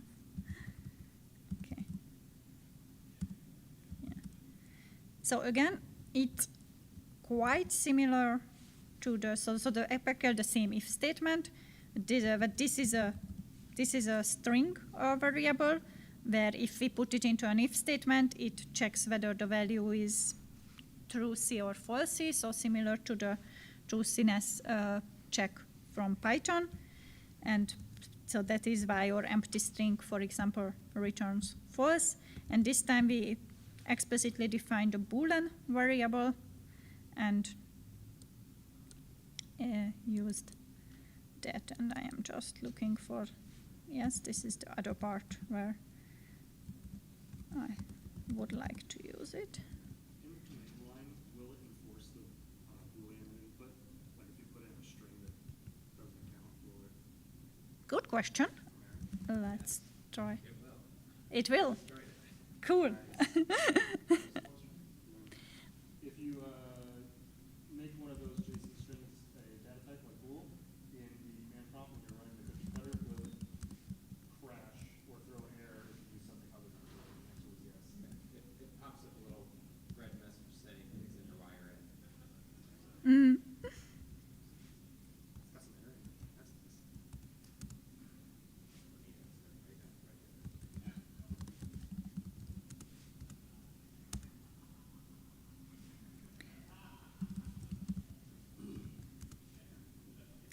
Oh, yeah.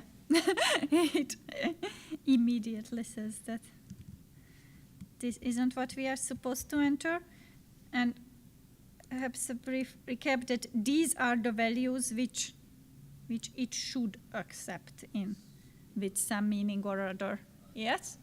So, but those are the values that are accepted on input. But on your Cookiecutter JSON, you have to specify either true or false. Because if you pass in Y or yes or whatever, it identifies it's just a string. And when I had the same issue at least, I don't know if that's expected or not. Yes, it's expected, and exactly because the file is a JSON, and the data types are detected automatically.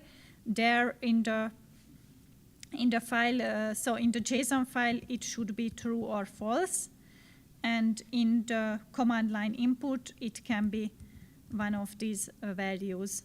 And I guess that if you provide the value in some other way, like, I don't know, include, so with this extra context here, and I say it's 0, then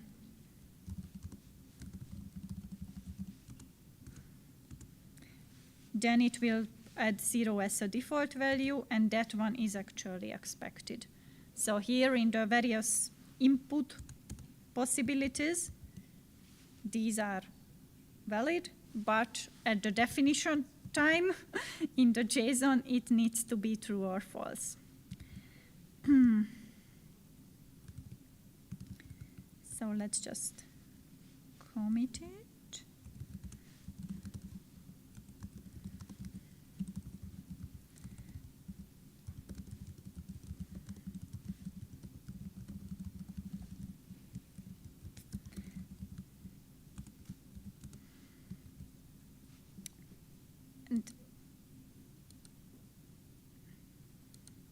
this actually leads us to the next point, which I wanted to mention, that the whole concept of Boolean variables was introduced only in version 2.2.0. Currently we are at 2.6, I think.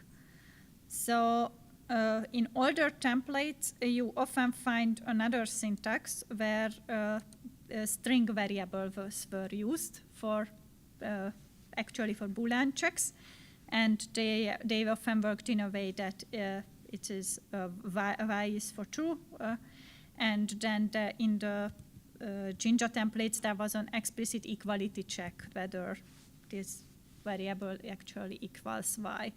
So so this is also a valid way to achieve this, but since the new syntax provides this Boolean, this is more definitely neater.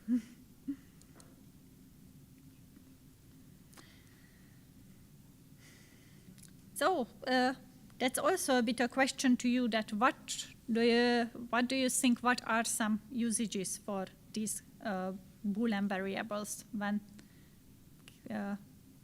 can it be practical? Can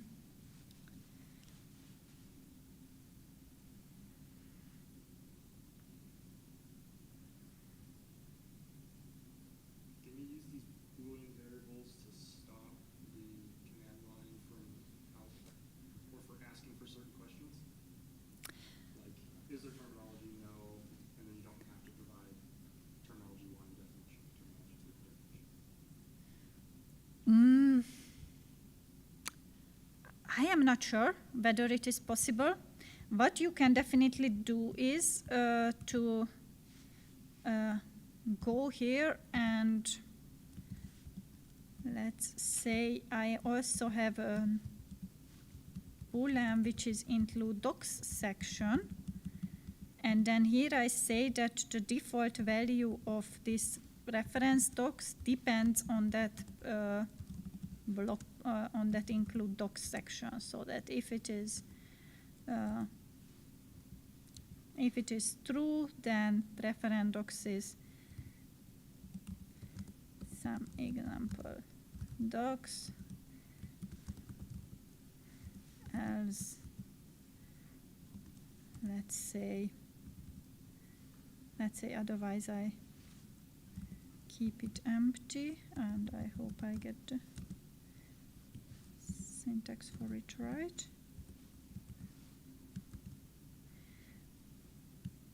Doc section.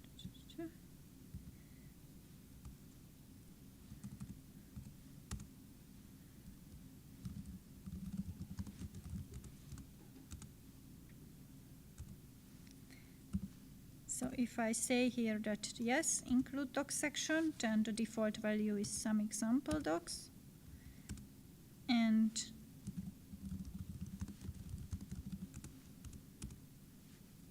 if I say here no for the include docs section, then the reference docs has another default value which is empty. I am not sure whether it's possible to completely omit the this variable, but you can definitely influence its default value.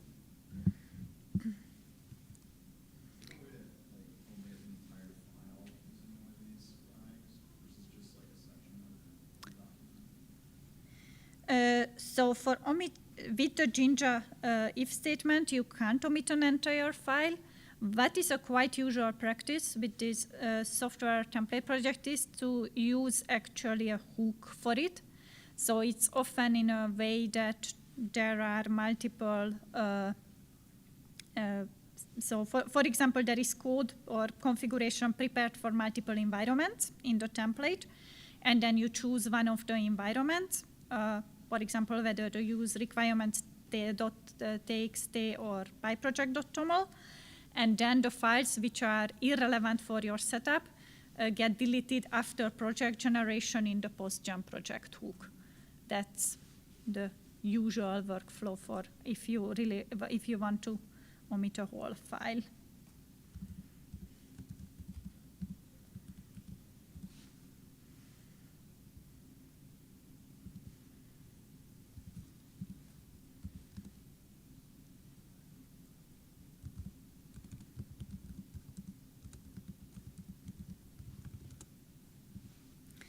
So let's get back to this.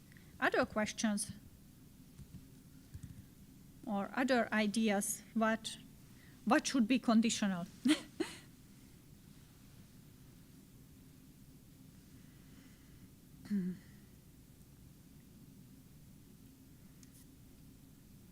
you use this to set Boolean values in a config file then? In a config file, probably yes. Because I'm wondering, like, how would it, or would it, like, in the JSON we have a true false. The user can override that with a y and one of those values. If we use that value in a config, what is it going to go back to the true false, or is it going to be the y and? It is going to the true false, so the user doesn't overwrite it in the sense. It is more like provides an input for it, or how to say. But yes, in a config you can so you can definitely say something like, I don't know, let's just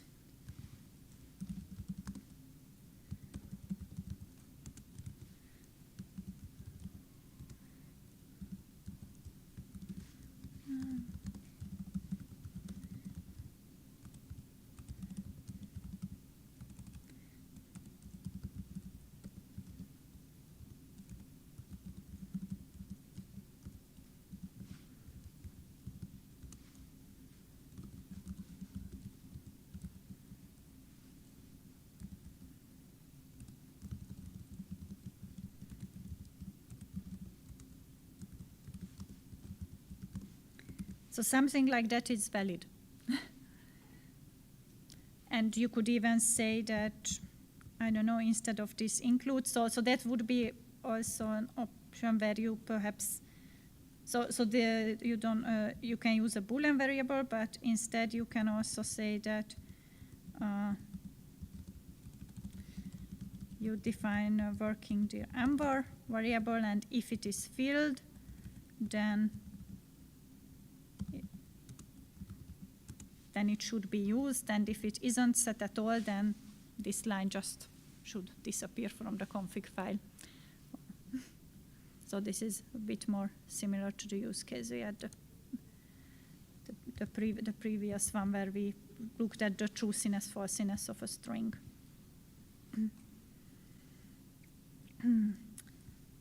Other usages for conditionals.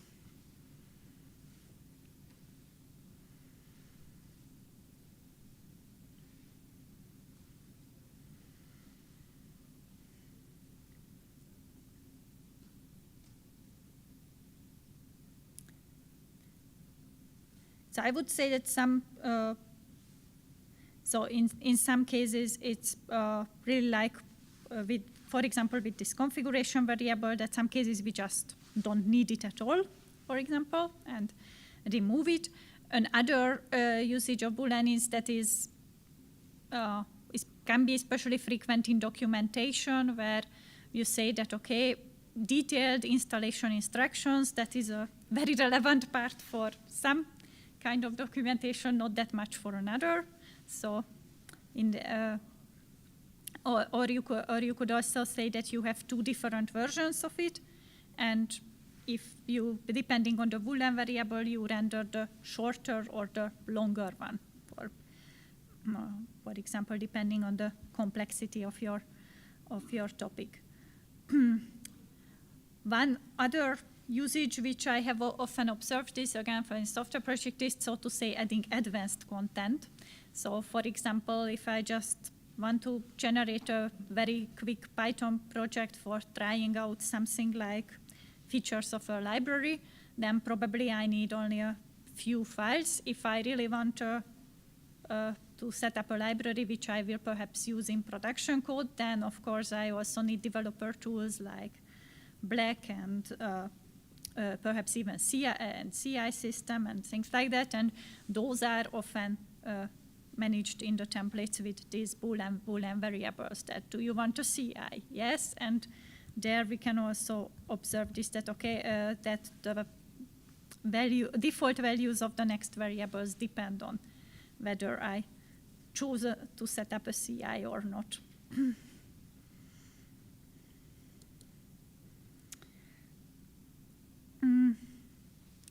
Next topic which I want to briefly touch on also because of that is that at where can we find a template. So where, or not we, but Cookiecutter, the tool, actually finds the template. And at the very beginning, we have seen that it can directly download the template from GitHub. And this is how these big and professional templates, which we occasionally referenced, are defined. So for example, this one can be, so you don't even need to clone the repository first or whatever, you can just reference it like this, that Gutter. The other thing which we have been doing most part of this morning so far, using a local directory, and for that a zip file would be also possible. And regarding the remote repositories, it's worth mentioning that it can be any kind of repository you can access. So it can be a public one, like the template, it can be a private repo for personal usage or a company-wide repository. So I have seen in bigger software engineering departments also using company-wide wide templates to exactly for setting up things like CI and development tooling in a somewhat unified manner.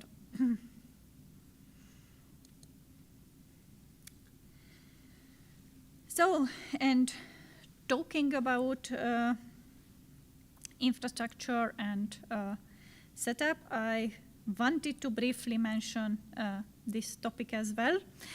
So testing your template. So far, what we have been doing was manual testing, and we have seen some handy command line options which help us with it. If you plan to put a template into a more widespread usage, like company-wide or even publishing it on GitHub, it's probably a good idea to add some automated tests as well. And for that, what we can use is a PyTest plugin called PyTest Cookies.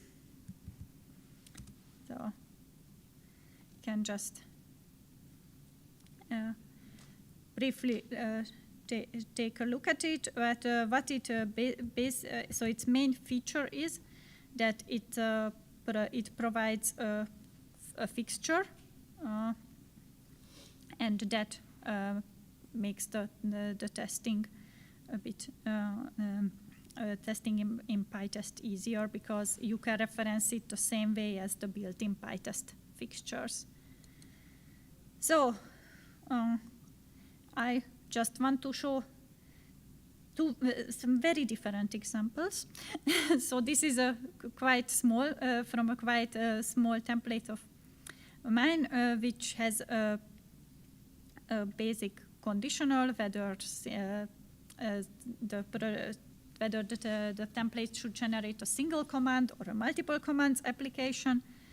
And in that case, we only have two very basic test cases. What we want to check in both cases, the exit code, that no exception has been thrown, and then that the project path is actually the directory.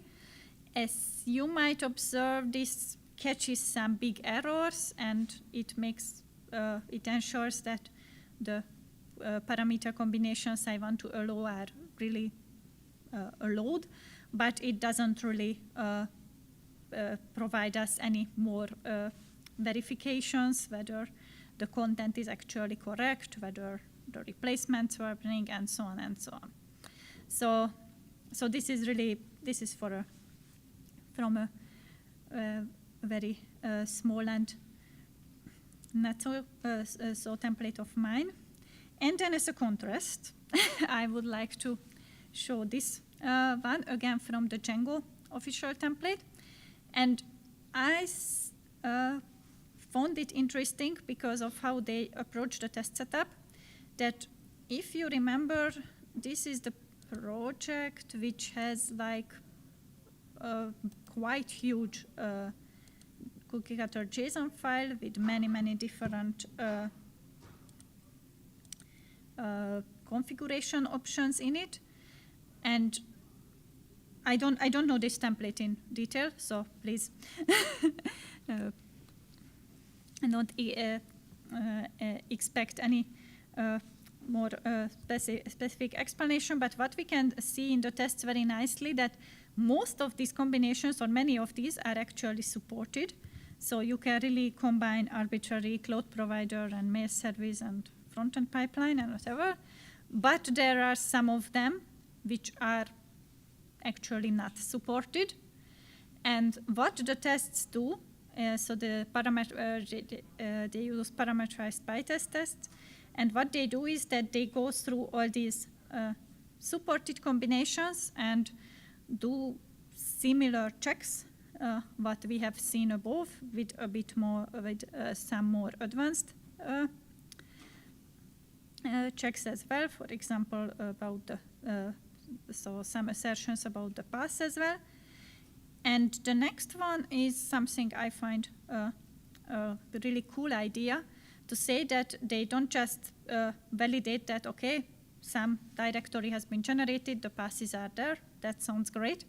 But instead, they also run RAF in the test and check that the project which has been generated by the template is, well, first of all, valid Python code, because otherwise it would probably not pass the RAF check, and also it fulfills this so the RAF requirement. So if you want to create this kind of more professional templates for bigger audiences, and especially for code, these are definitely some great ideas to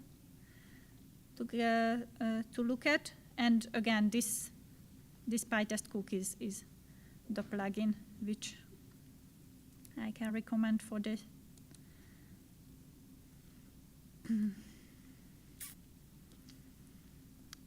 Next one, also a topic I just wanted to briefly touch on, but it's very practical often, that you can inject some so you can use custom Jinja extensions also, besides the basic template syntax and conditionals what we have already seen. And this is by the one which I use by far the most, adding timestamp to various file names, or also in a content of a file. And how it works is, actually, we can again take a brief look at the docs. So it uses Jinja time extension, but that's something we don't need to define anywhere. So if you download Cookiecutter as it is, it already contains some quite popular Jinja extensions. One is exactly this time extension. UUID can be quite practical if you need some random ID for your content. And Slugify would be actually an idea to use instead of this kind of lower and replace and hard-coded tags. So if you want a bit more advanced content, or something which so not necessarily the user needs to enter, these extensions are a great way. And then additionally, you can also define further extensions, which then need to be also installed at these 5 ones which are provided by default. They are probably really the most popular and most frequently needed ones.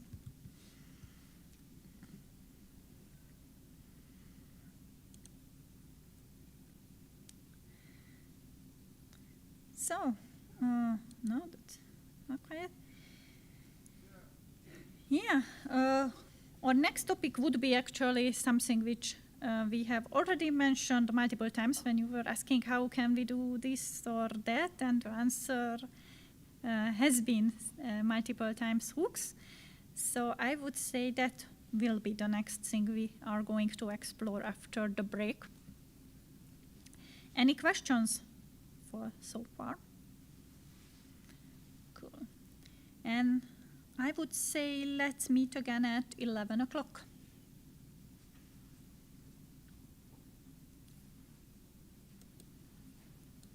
was she listed as a observing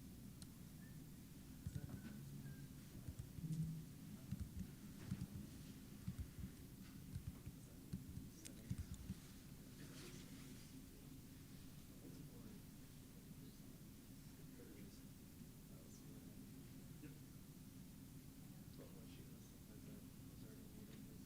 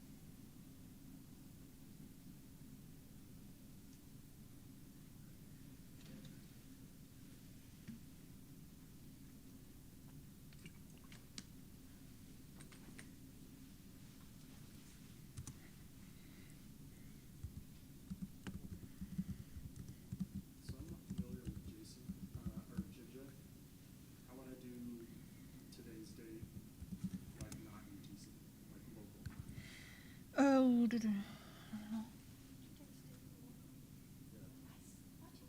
you don't need to the UTC from the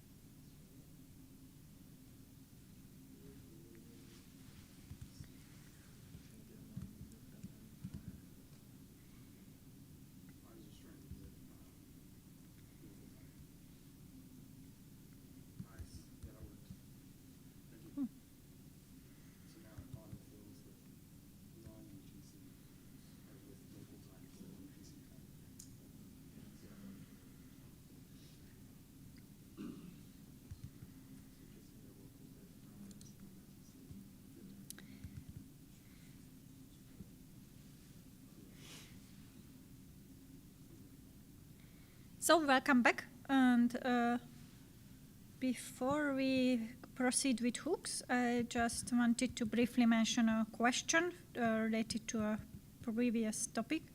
So we said quickly here that we can inject also a timestamp, or actually date time values, using the Jinja time extension, and the example is with the UTC, but here in the Jinja to time documentation, we can look at other options. If you, so for example, using local instead of UTC, or defining explicitly on other time zone.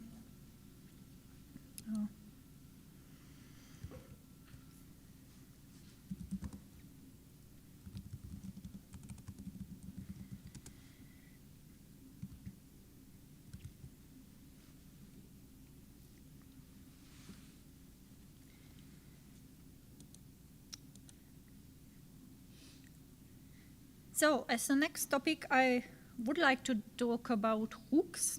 And again, the documentation provides a pretty good definition about it. So these are scripts which are executed at specific stages during the project generation process. And we will briefly discuss three things: when are they executed, what can be there, and of course how to use the Cookiecutter variables, so the things we defined here in our JSON file, in these various hooks. So let's start with the first question: when can a hook run?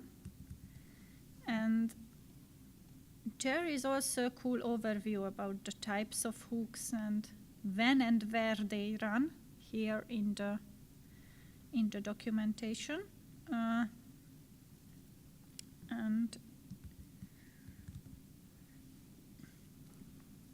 perhaps what's worth mentioning, the distinction that the pre-prompt hook, when this is running, that is before asking any questions to the user, this is running in a copy of the repository directory, And the two other hooks, they run at a point in time when the new project has already been generated, and they run in the directory of this generated project. So if I go to my template, the pre-prompt hook would be running in a copy of this Cookiecutter blog post. And the post-gen hook or the pre-gen hook, they would be running in one of these many generated directories which we have here. So after it got generated.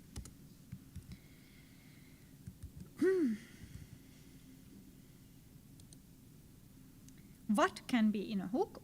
Basically, two languages are supported, Python and Shell, which also means that through Shell, or actually also through Banner, you can call a lot of other things. So whatever is installed in the environment where the Cookiecutter is run. Small warning, shell hooks need a shebang, and otherwise you will probably run into such an error. And the next question is perhaps where do these hooks live? So they are always in a template, in a folder hooks of the template, and then they need to be named according to the stage where they run. So you can have a pre-prompt, pre-gen project, or post-gen project, and with the Py or SH extension. So with that in mind, I would like to ask you to create a post-gen project hook for our template, which we have here. And in this post-gen project hook, what should happen is we want to initialize a GitHub repository and add an initial commit, perhaps saying that's generated from project template or whatever. Yes? Is there any, could we use a pre-prompt hook to modify Cookiecutter.json? Yes, I think it's possible. I haven't used this feature yet. Because that could be a method of making optional prompt sums. This is kind of what I'm thinking about. That's a good question. I will need to look into it.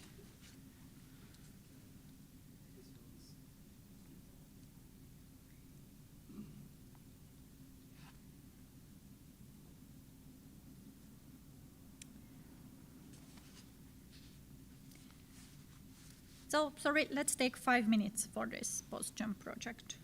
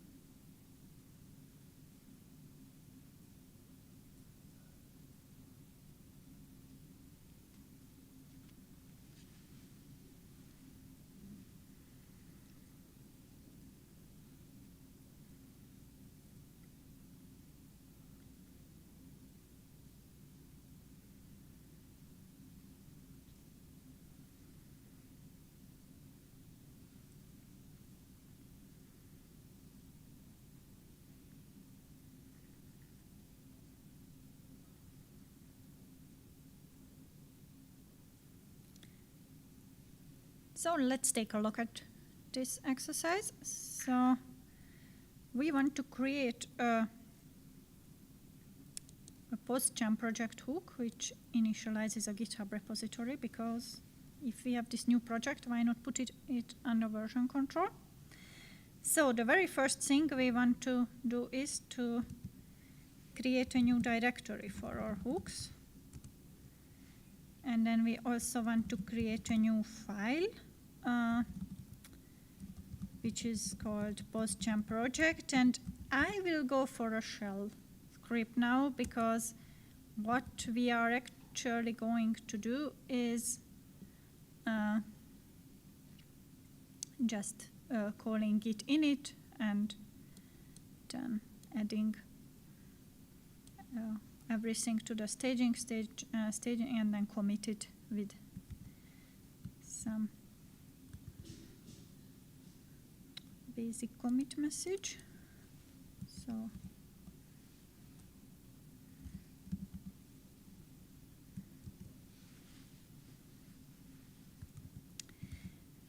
one thing which is perhaps a bit confusing on the files, on the slides, this 3 command is just here to demonstrate what we have done. So it's not necessary to run it. It's just for viewing the files. Whatever other utility you prefer for that is just as great. I like it because it's, in the end, you can paste the content easily into presentations like this. But so what I wanted to show with this, that now we have, compared to our previous stage, we have a new directory in the root of our template, and this is where we defined this PostGen project sh. Let's give it a try. So again, I will just get back to that script which was somewhere around.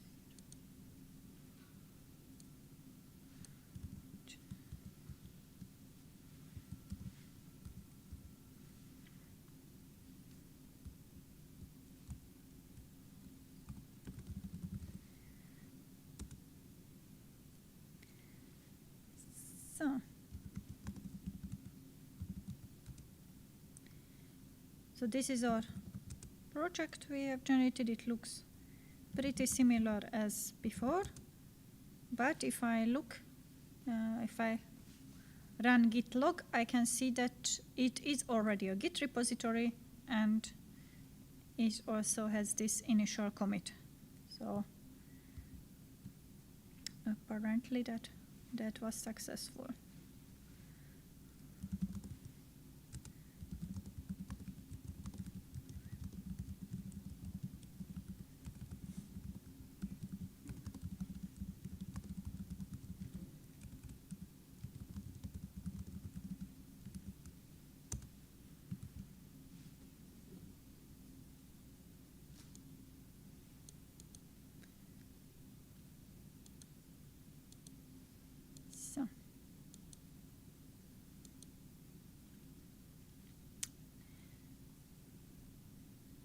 After this first example, I want to talk a bit about the use cases and pre-prompt.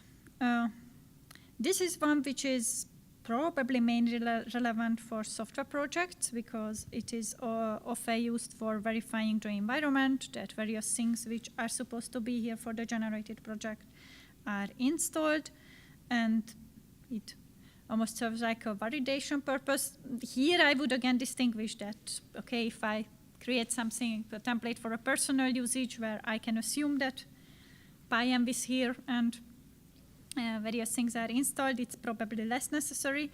It might be quite practical for templates which are distributed more widely. And there was this question whether you can modify Cookiecutter JSON in the pre-prompt hook. Yes, you can. So I've just found in the documentation that it also explicitly says it. I have never tried that feature, but I guess that can bring you some very advanced use cases.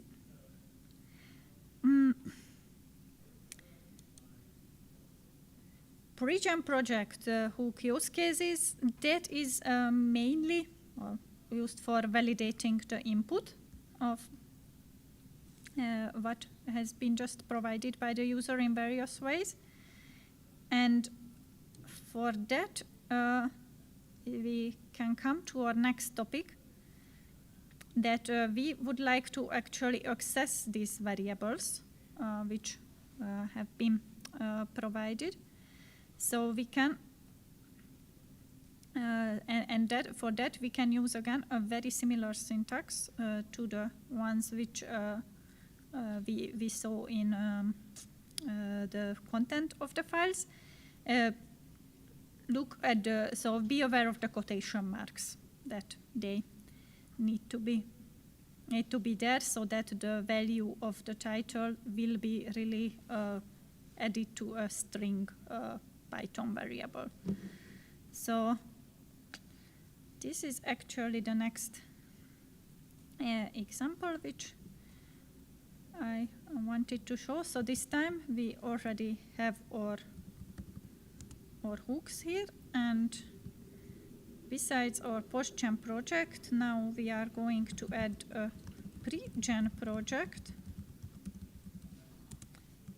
And our task is to validate that the title has minimum 3 characters. Don't ask me why 3 is the magical number, but whatever. And this is probably one where Python is, at least for my preferences, the better choice. So I created a pre-gen project.py file, and here, I created it in the wrong directory. I just move it to the hooks. So now we have 2 hooks, the post-gen project.sh and the pre-gen project.py.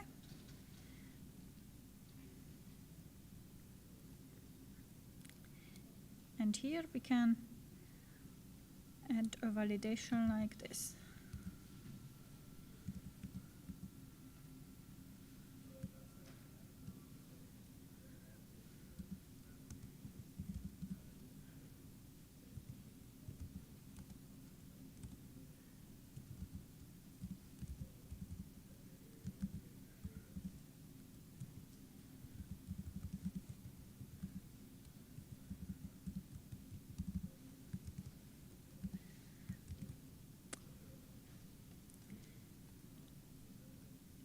That's the disadvantage of using the Jinja Python, that now black doesn't format it automatically.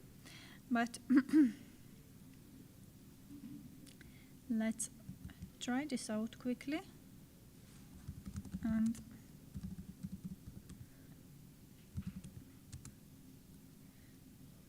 use a way too short title.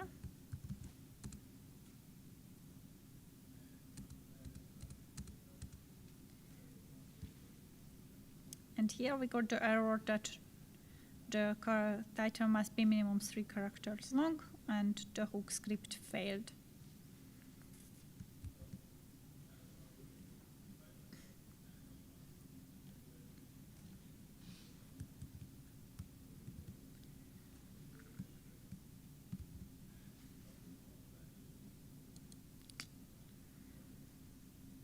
Now I would like to ask you to add a similar validation, and this is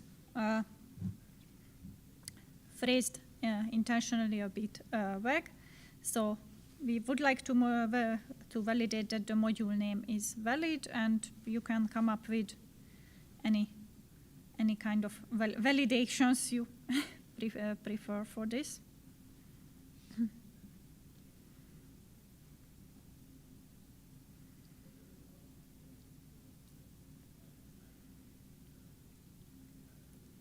So let's take 5 minutes for this exercise.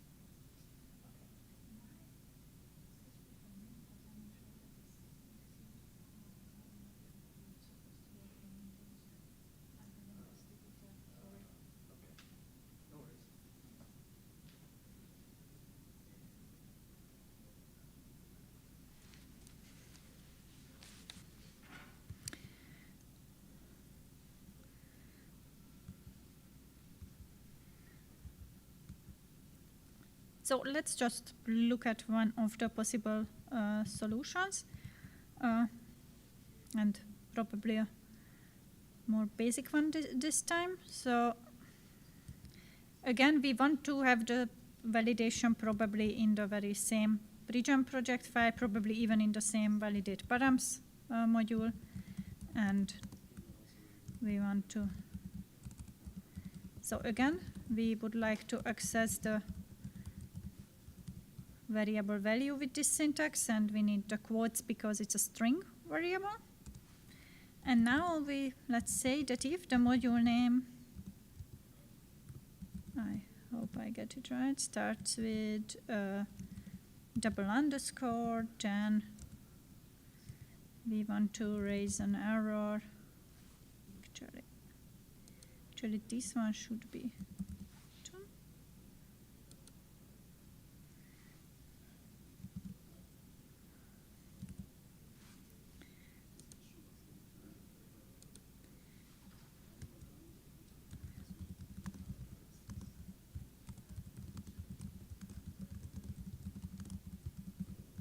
Something like that, and against this again.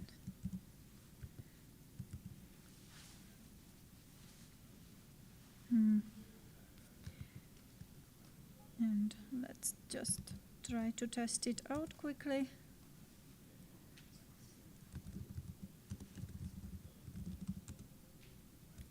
This time I don't accept the default module name, but instead provide something else. No. And I get validation error. And I have tested this, unfortunately, only in my Ubuntu environment, and it looks like that it has some issues running on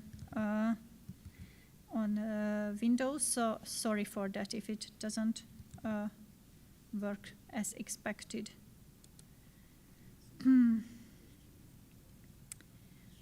I would also briefly discuss the post-jam project hook use cases, because this is the type of hook which I personally use by far the most. And one thing which we have already seen was this Git initialization. This is a pretty common one. Also for software projects, this initialization can be much more involved, including things like creating a virtual environment, installing dependencies, running formatters, especially if the template contains formatters of dev dependencies. You can rely on it. That can run, and this is again a point where the conditionals come in very handy. Sorry. Then another cases where this post-jam project hook can be practical is when you don't use Cookiecutter in its classical way, that generating a new directory from scratch. But for example, the example which I mentioned at the beginning, that I have some kind of API and I want to generate a new endpoint which follows some conventions, contains some boilerplate code. And in that case, what I might do is that I have a Cookiecutter where every kind of code related to this new API endpoint gets generated. So perhaps it's a Python module containing the API definition. There is probably a test for it.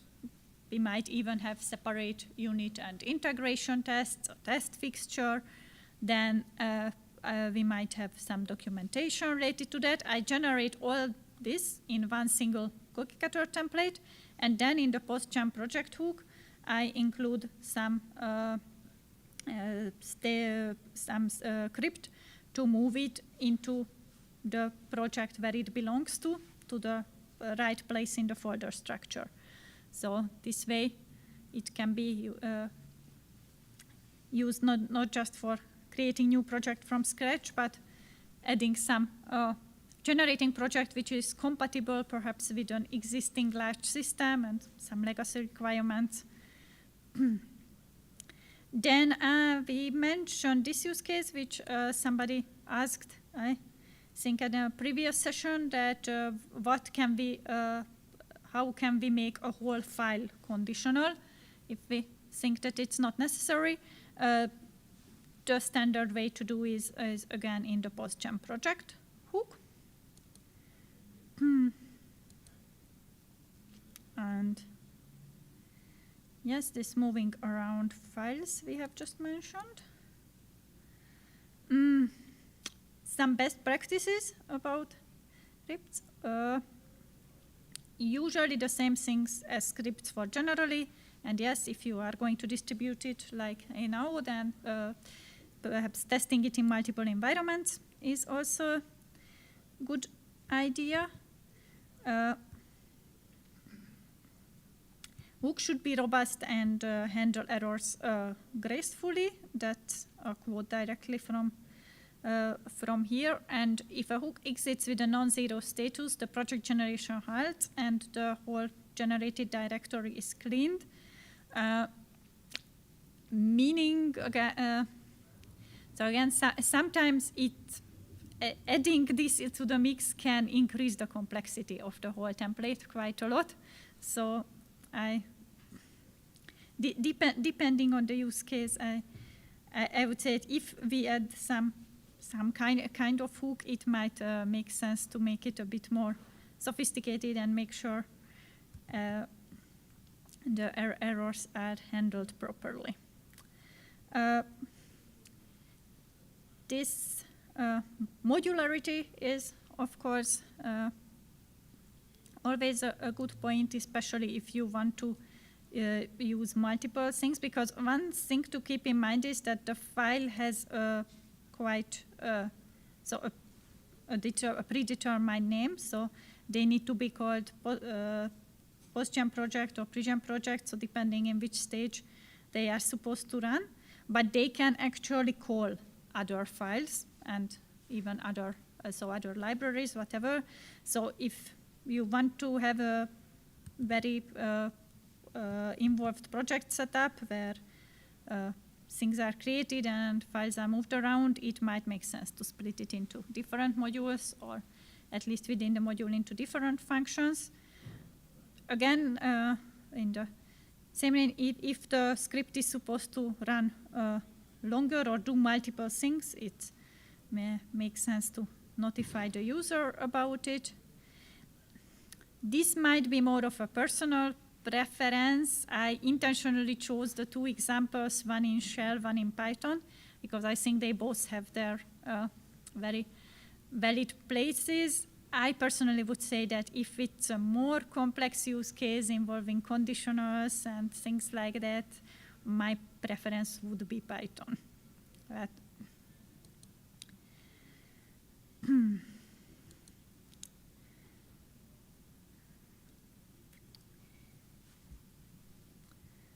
And here again, I want to ask you a bit of a question. What do you think? Where can hooks be used and how?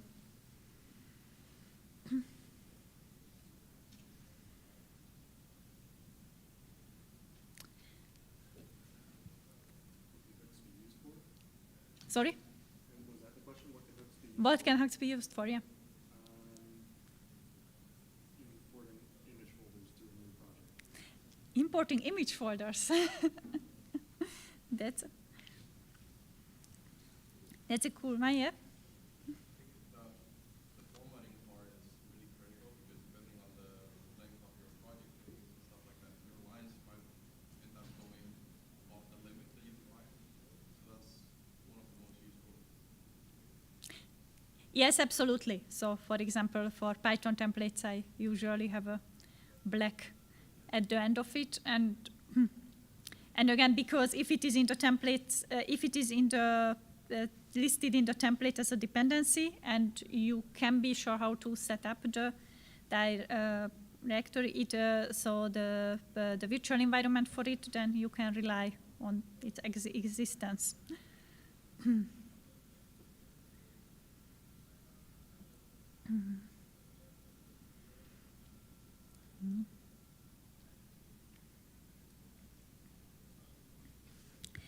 I just want to briefly touch on this one use case which we were discussing a bit earlier, that copying some parameterized content into the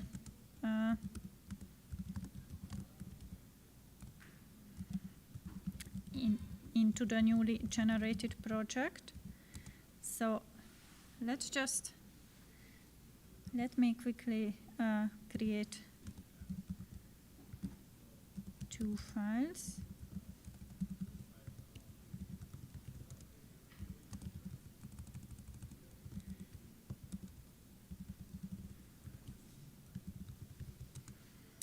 And how we could...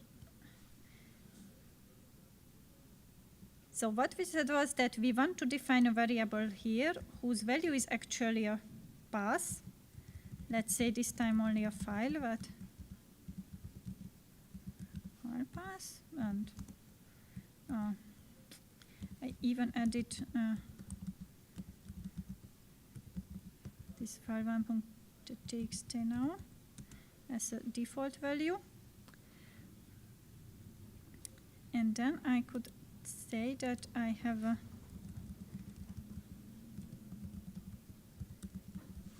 let's make it in Python.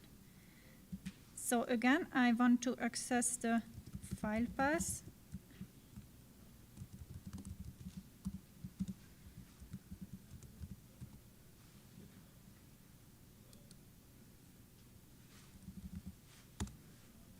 Here. Yeah.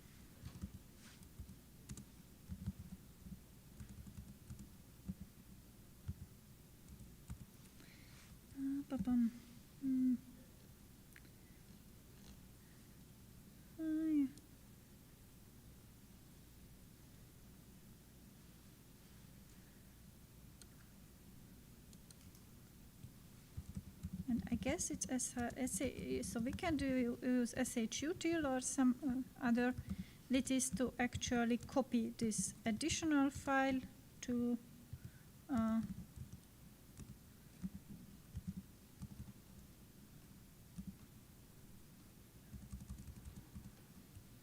whatever.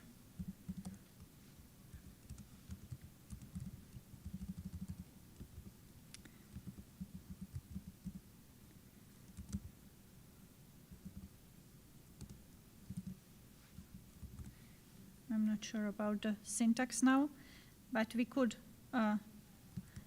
try something like that in a post-gen hook.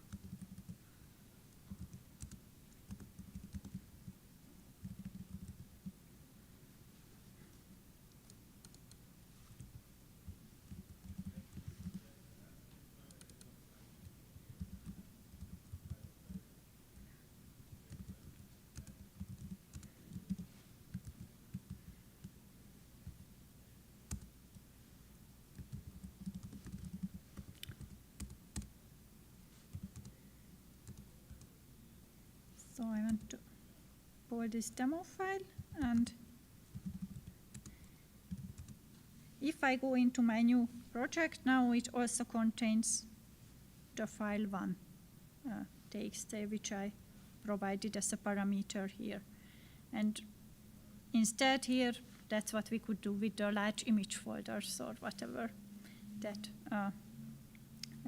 instead providing it as a parameter and then copying it after the project generation to the directory.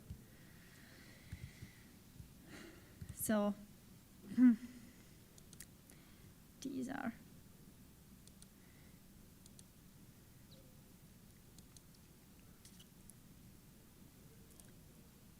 So I want to briefly also discuss that so far we have seen where only a few places where Cookiecutter variable values can come from. So most of the time we have used the command line input, just like here.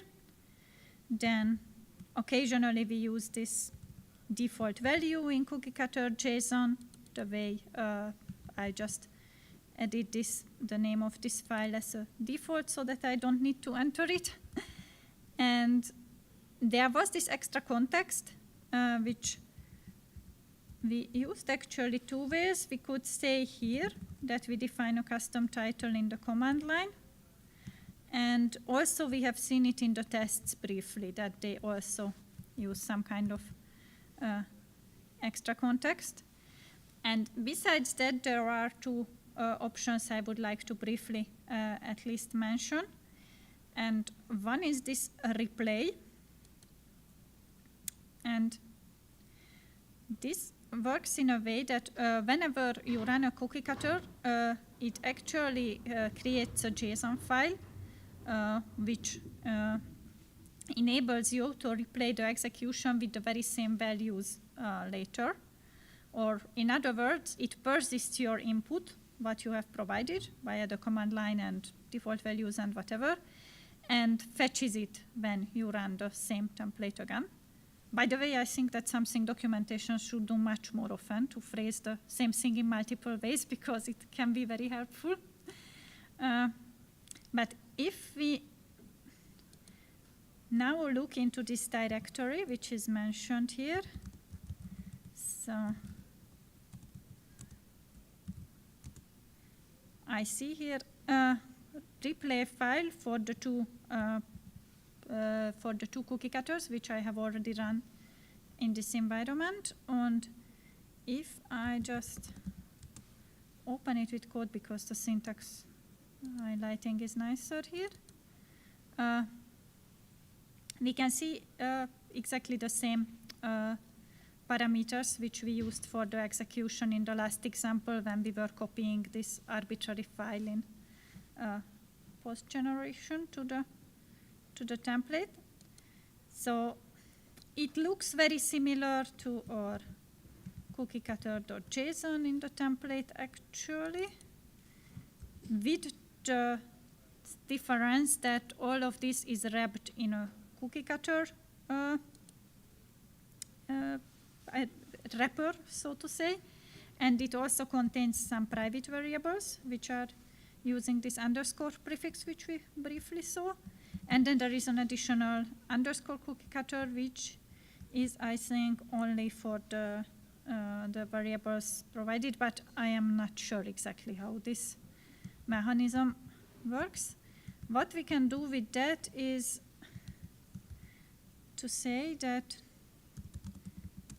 now I want to run my blog post, but exactly with the same parameters as before. Unfortunately, now this is failing because the directory already exists, but if something went wrong during testing or whatever, then this replay option is quite handy, because now I can run it again and it uses the same, it uses the values which it found here in the replay file.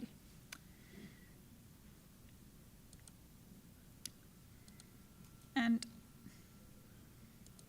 the main reason why I wanted us to take a closer look at the structure of this is because there is a second option, which is called --replay file, where we don't use the file in this config directory, so to say, but instead you can define any kind of a custom file and use it. And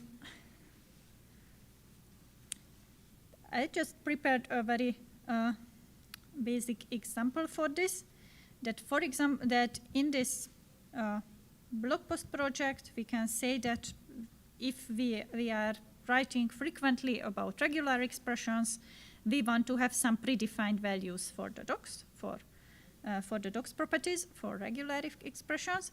So what we can do is to say that we create a directory. I don't think there are any standards, whatever. I just called it replay config, and there I define a file called regex.json. And there, wrapped in the Cookiecutter wrapper, which we have seen before, I define values for two properties, only for the two properties which have probably custom values based on this regex topic. And, oh, that's a bit too long, but again, if I go to my testing directory, I can provide this -- replay file parameter. Oh.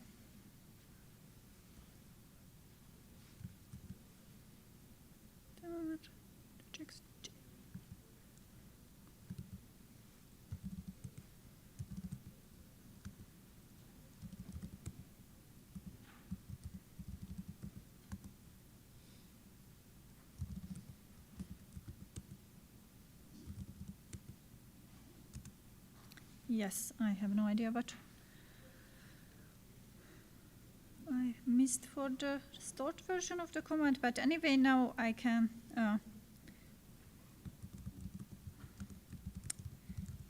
provide a custom title again. Let's keep that file from the previous one.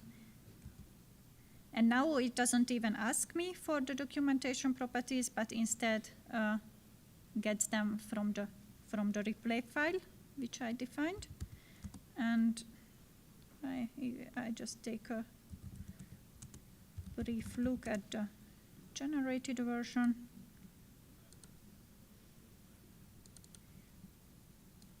And here we can see that our documentations are the ones which we got from here. So this is quite practical if you want to use a template with multiple different sets of parameters, which probably always go together. And again, the bigger and more complex a template gets, for example, the one which we saw with Django, where many combinations are possible, you can, it can be helpful for the users if you define some such meaningful default combinations. Any questions, comments?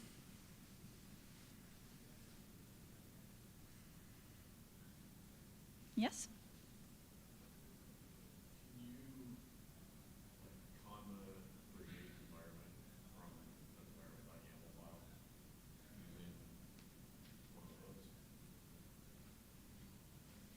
So the question was whether we can create a conda environment from the requirement YAML file. Yes, absolutely.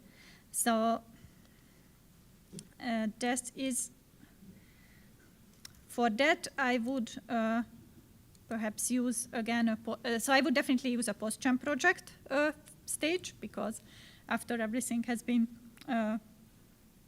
generated, then you can, assuming that you have a requirements YAML or for people requirements txt, whatever in the project, you can say, oh, I'm not that familiar with conda syntax story, but if we assume that conda is available in your environment, you can say something like conda requirements.yaml or whatever, or even it can be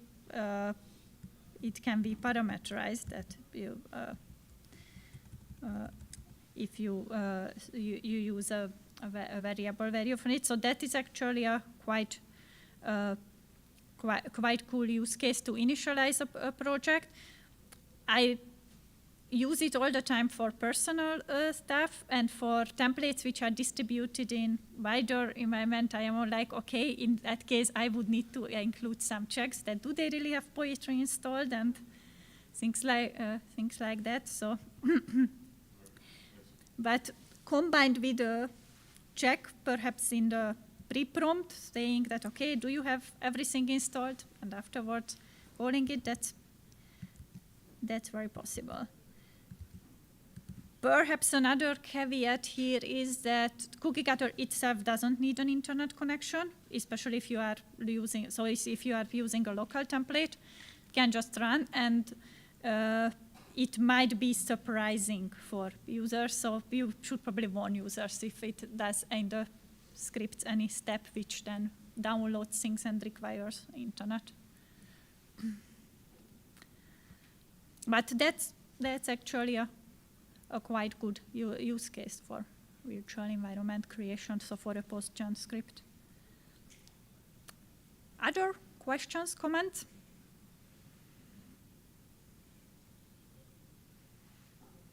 In the post-gen book, how do you find the file path of the newly created project? In the post-gen hook, we are in the newly created project, so that's why this os.curdir worked when I tried out this scenario which you suggested with copying the file defined. But this is, I described here that for the pre-prompt we are in this temporary directory, and the pre-gen project and post-gen project hooks both run in the directory which has already been created based on the template.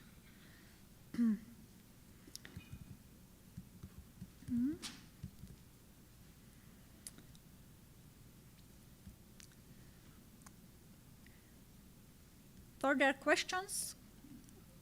Ideas?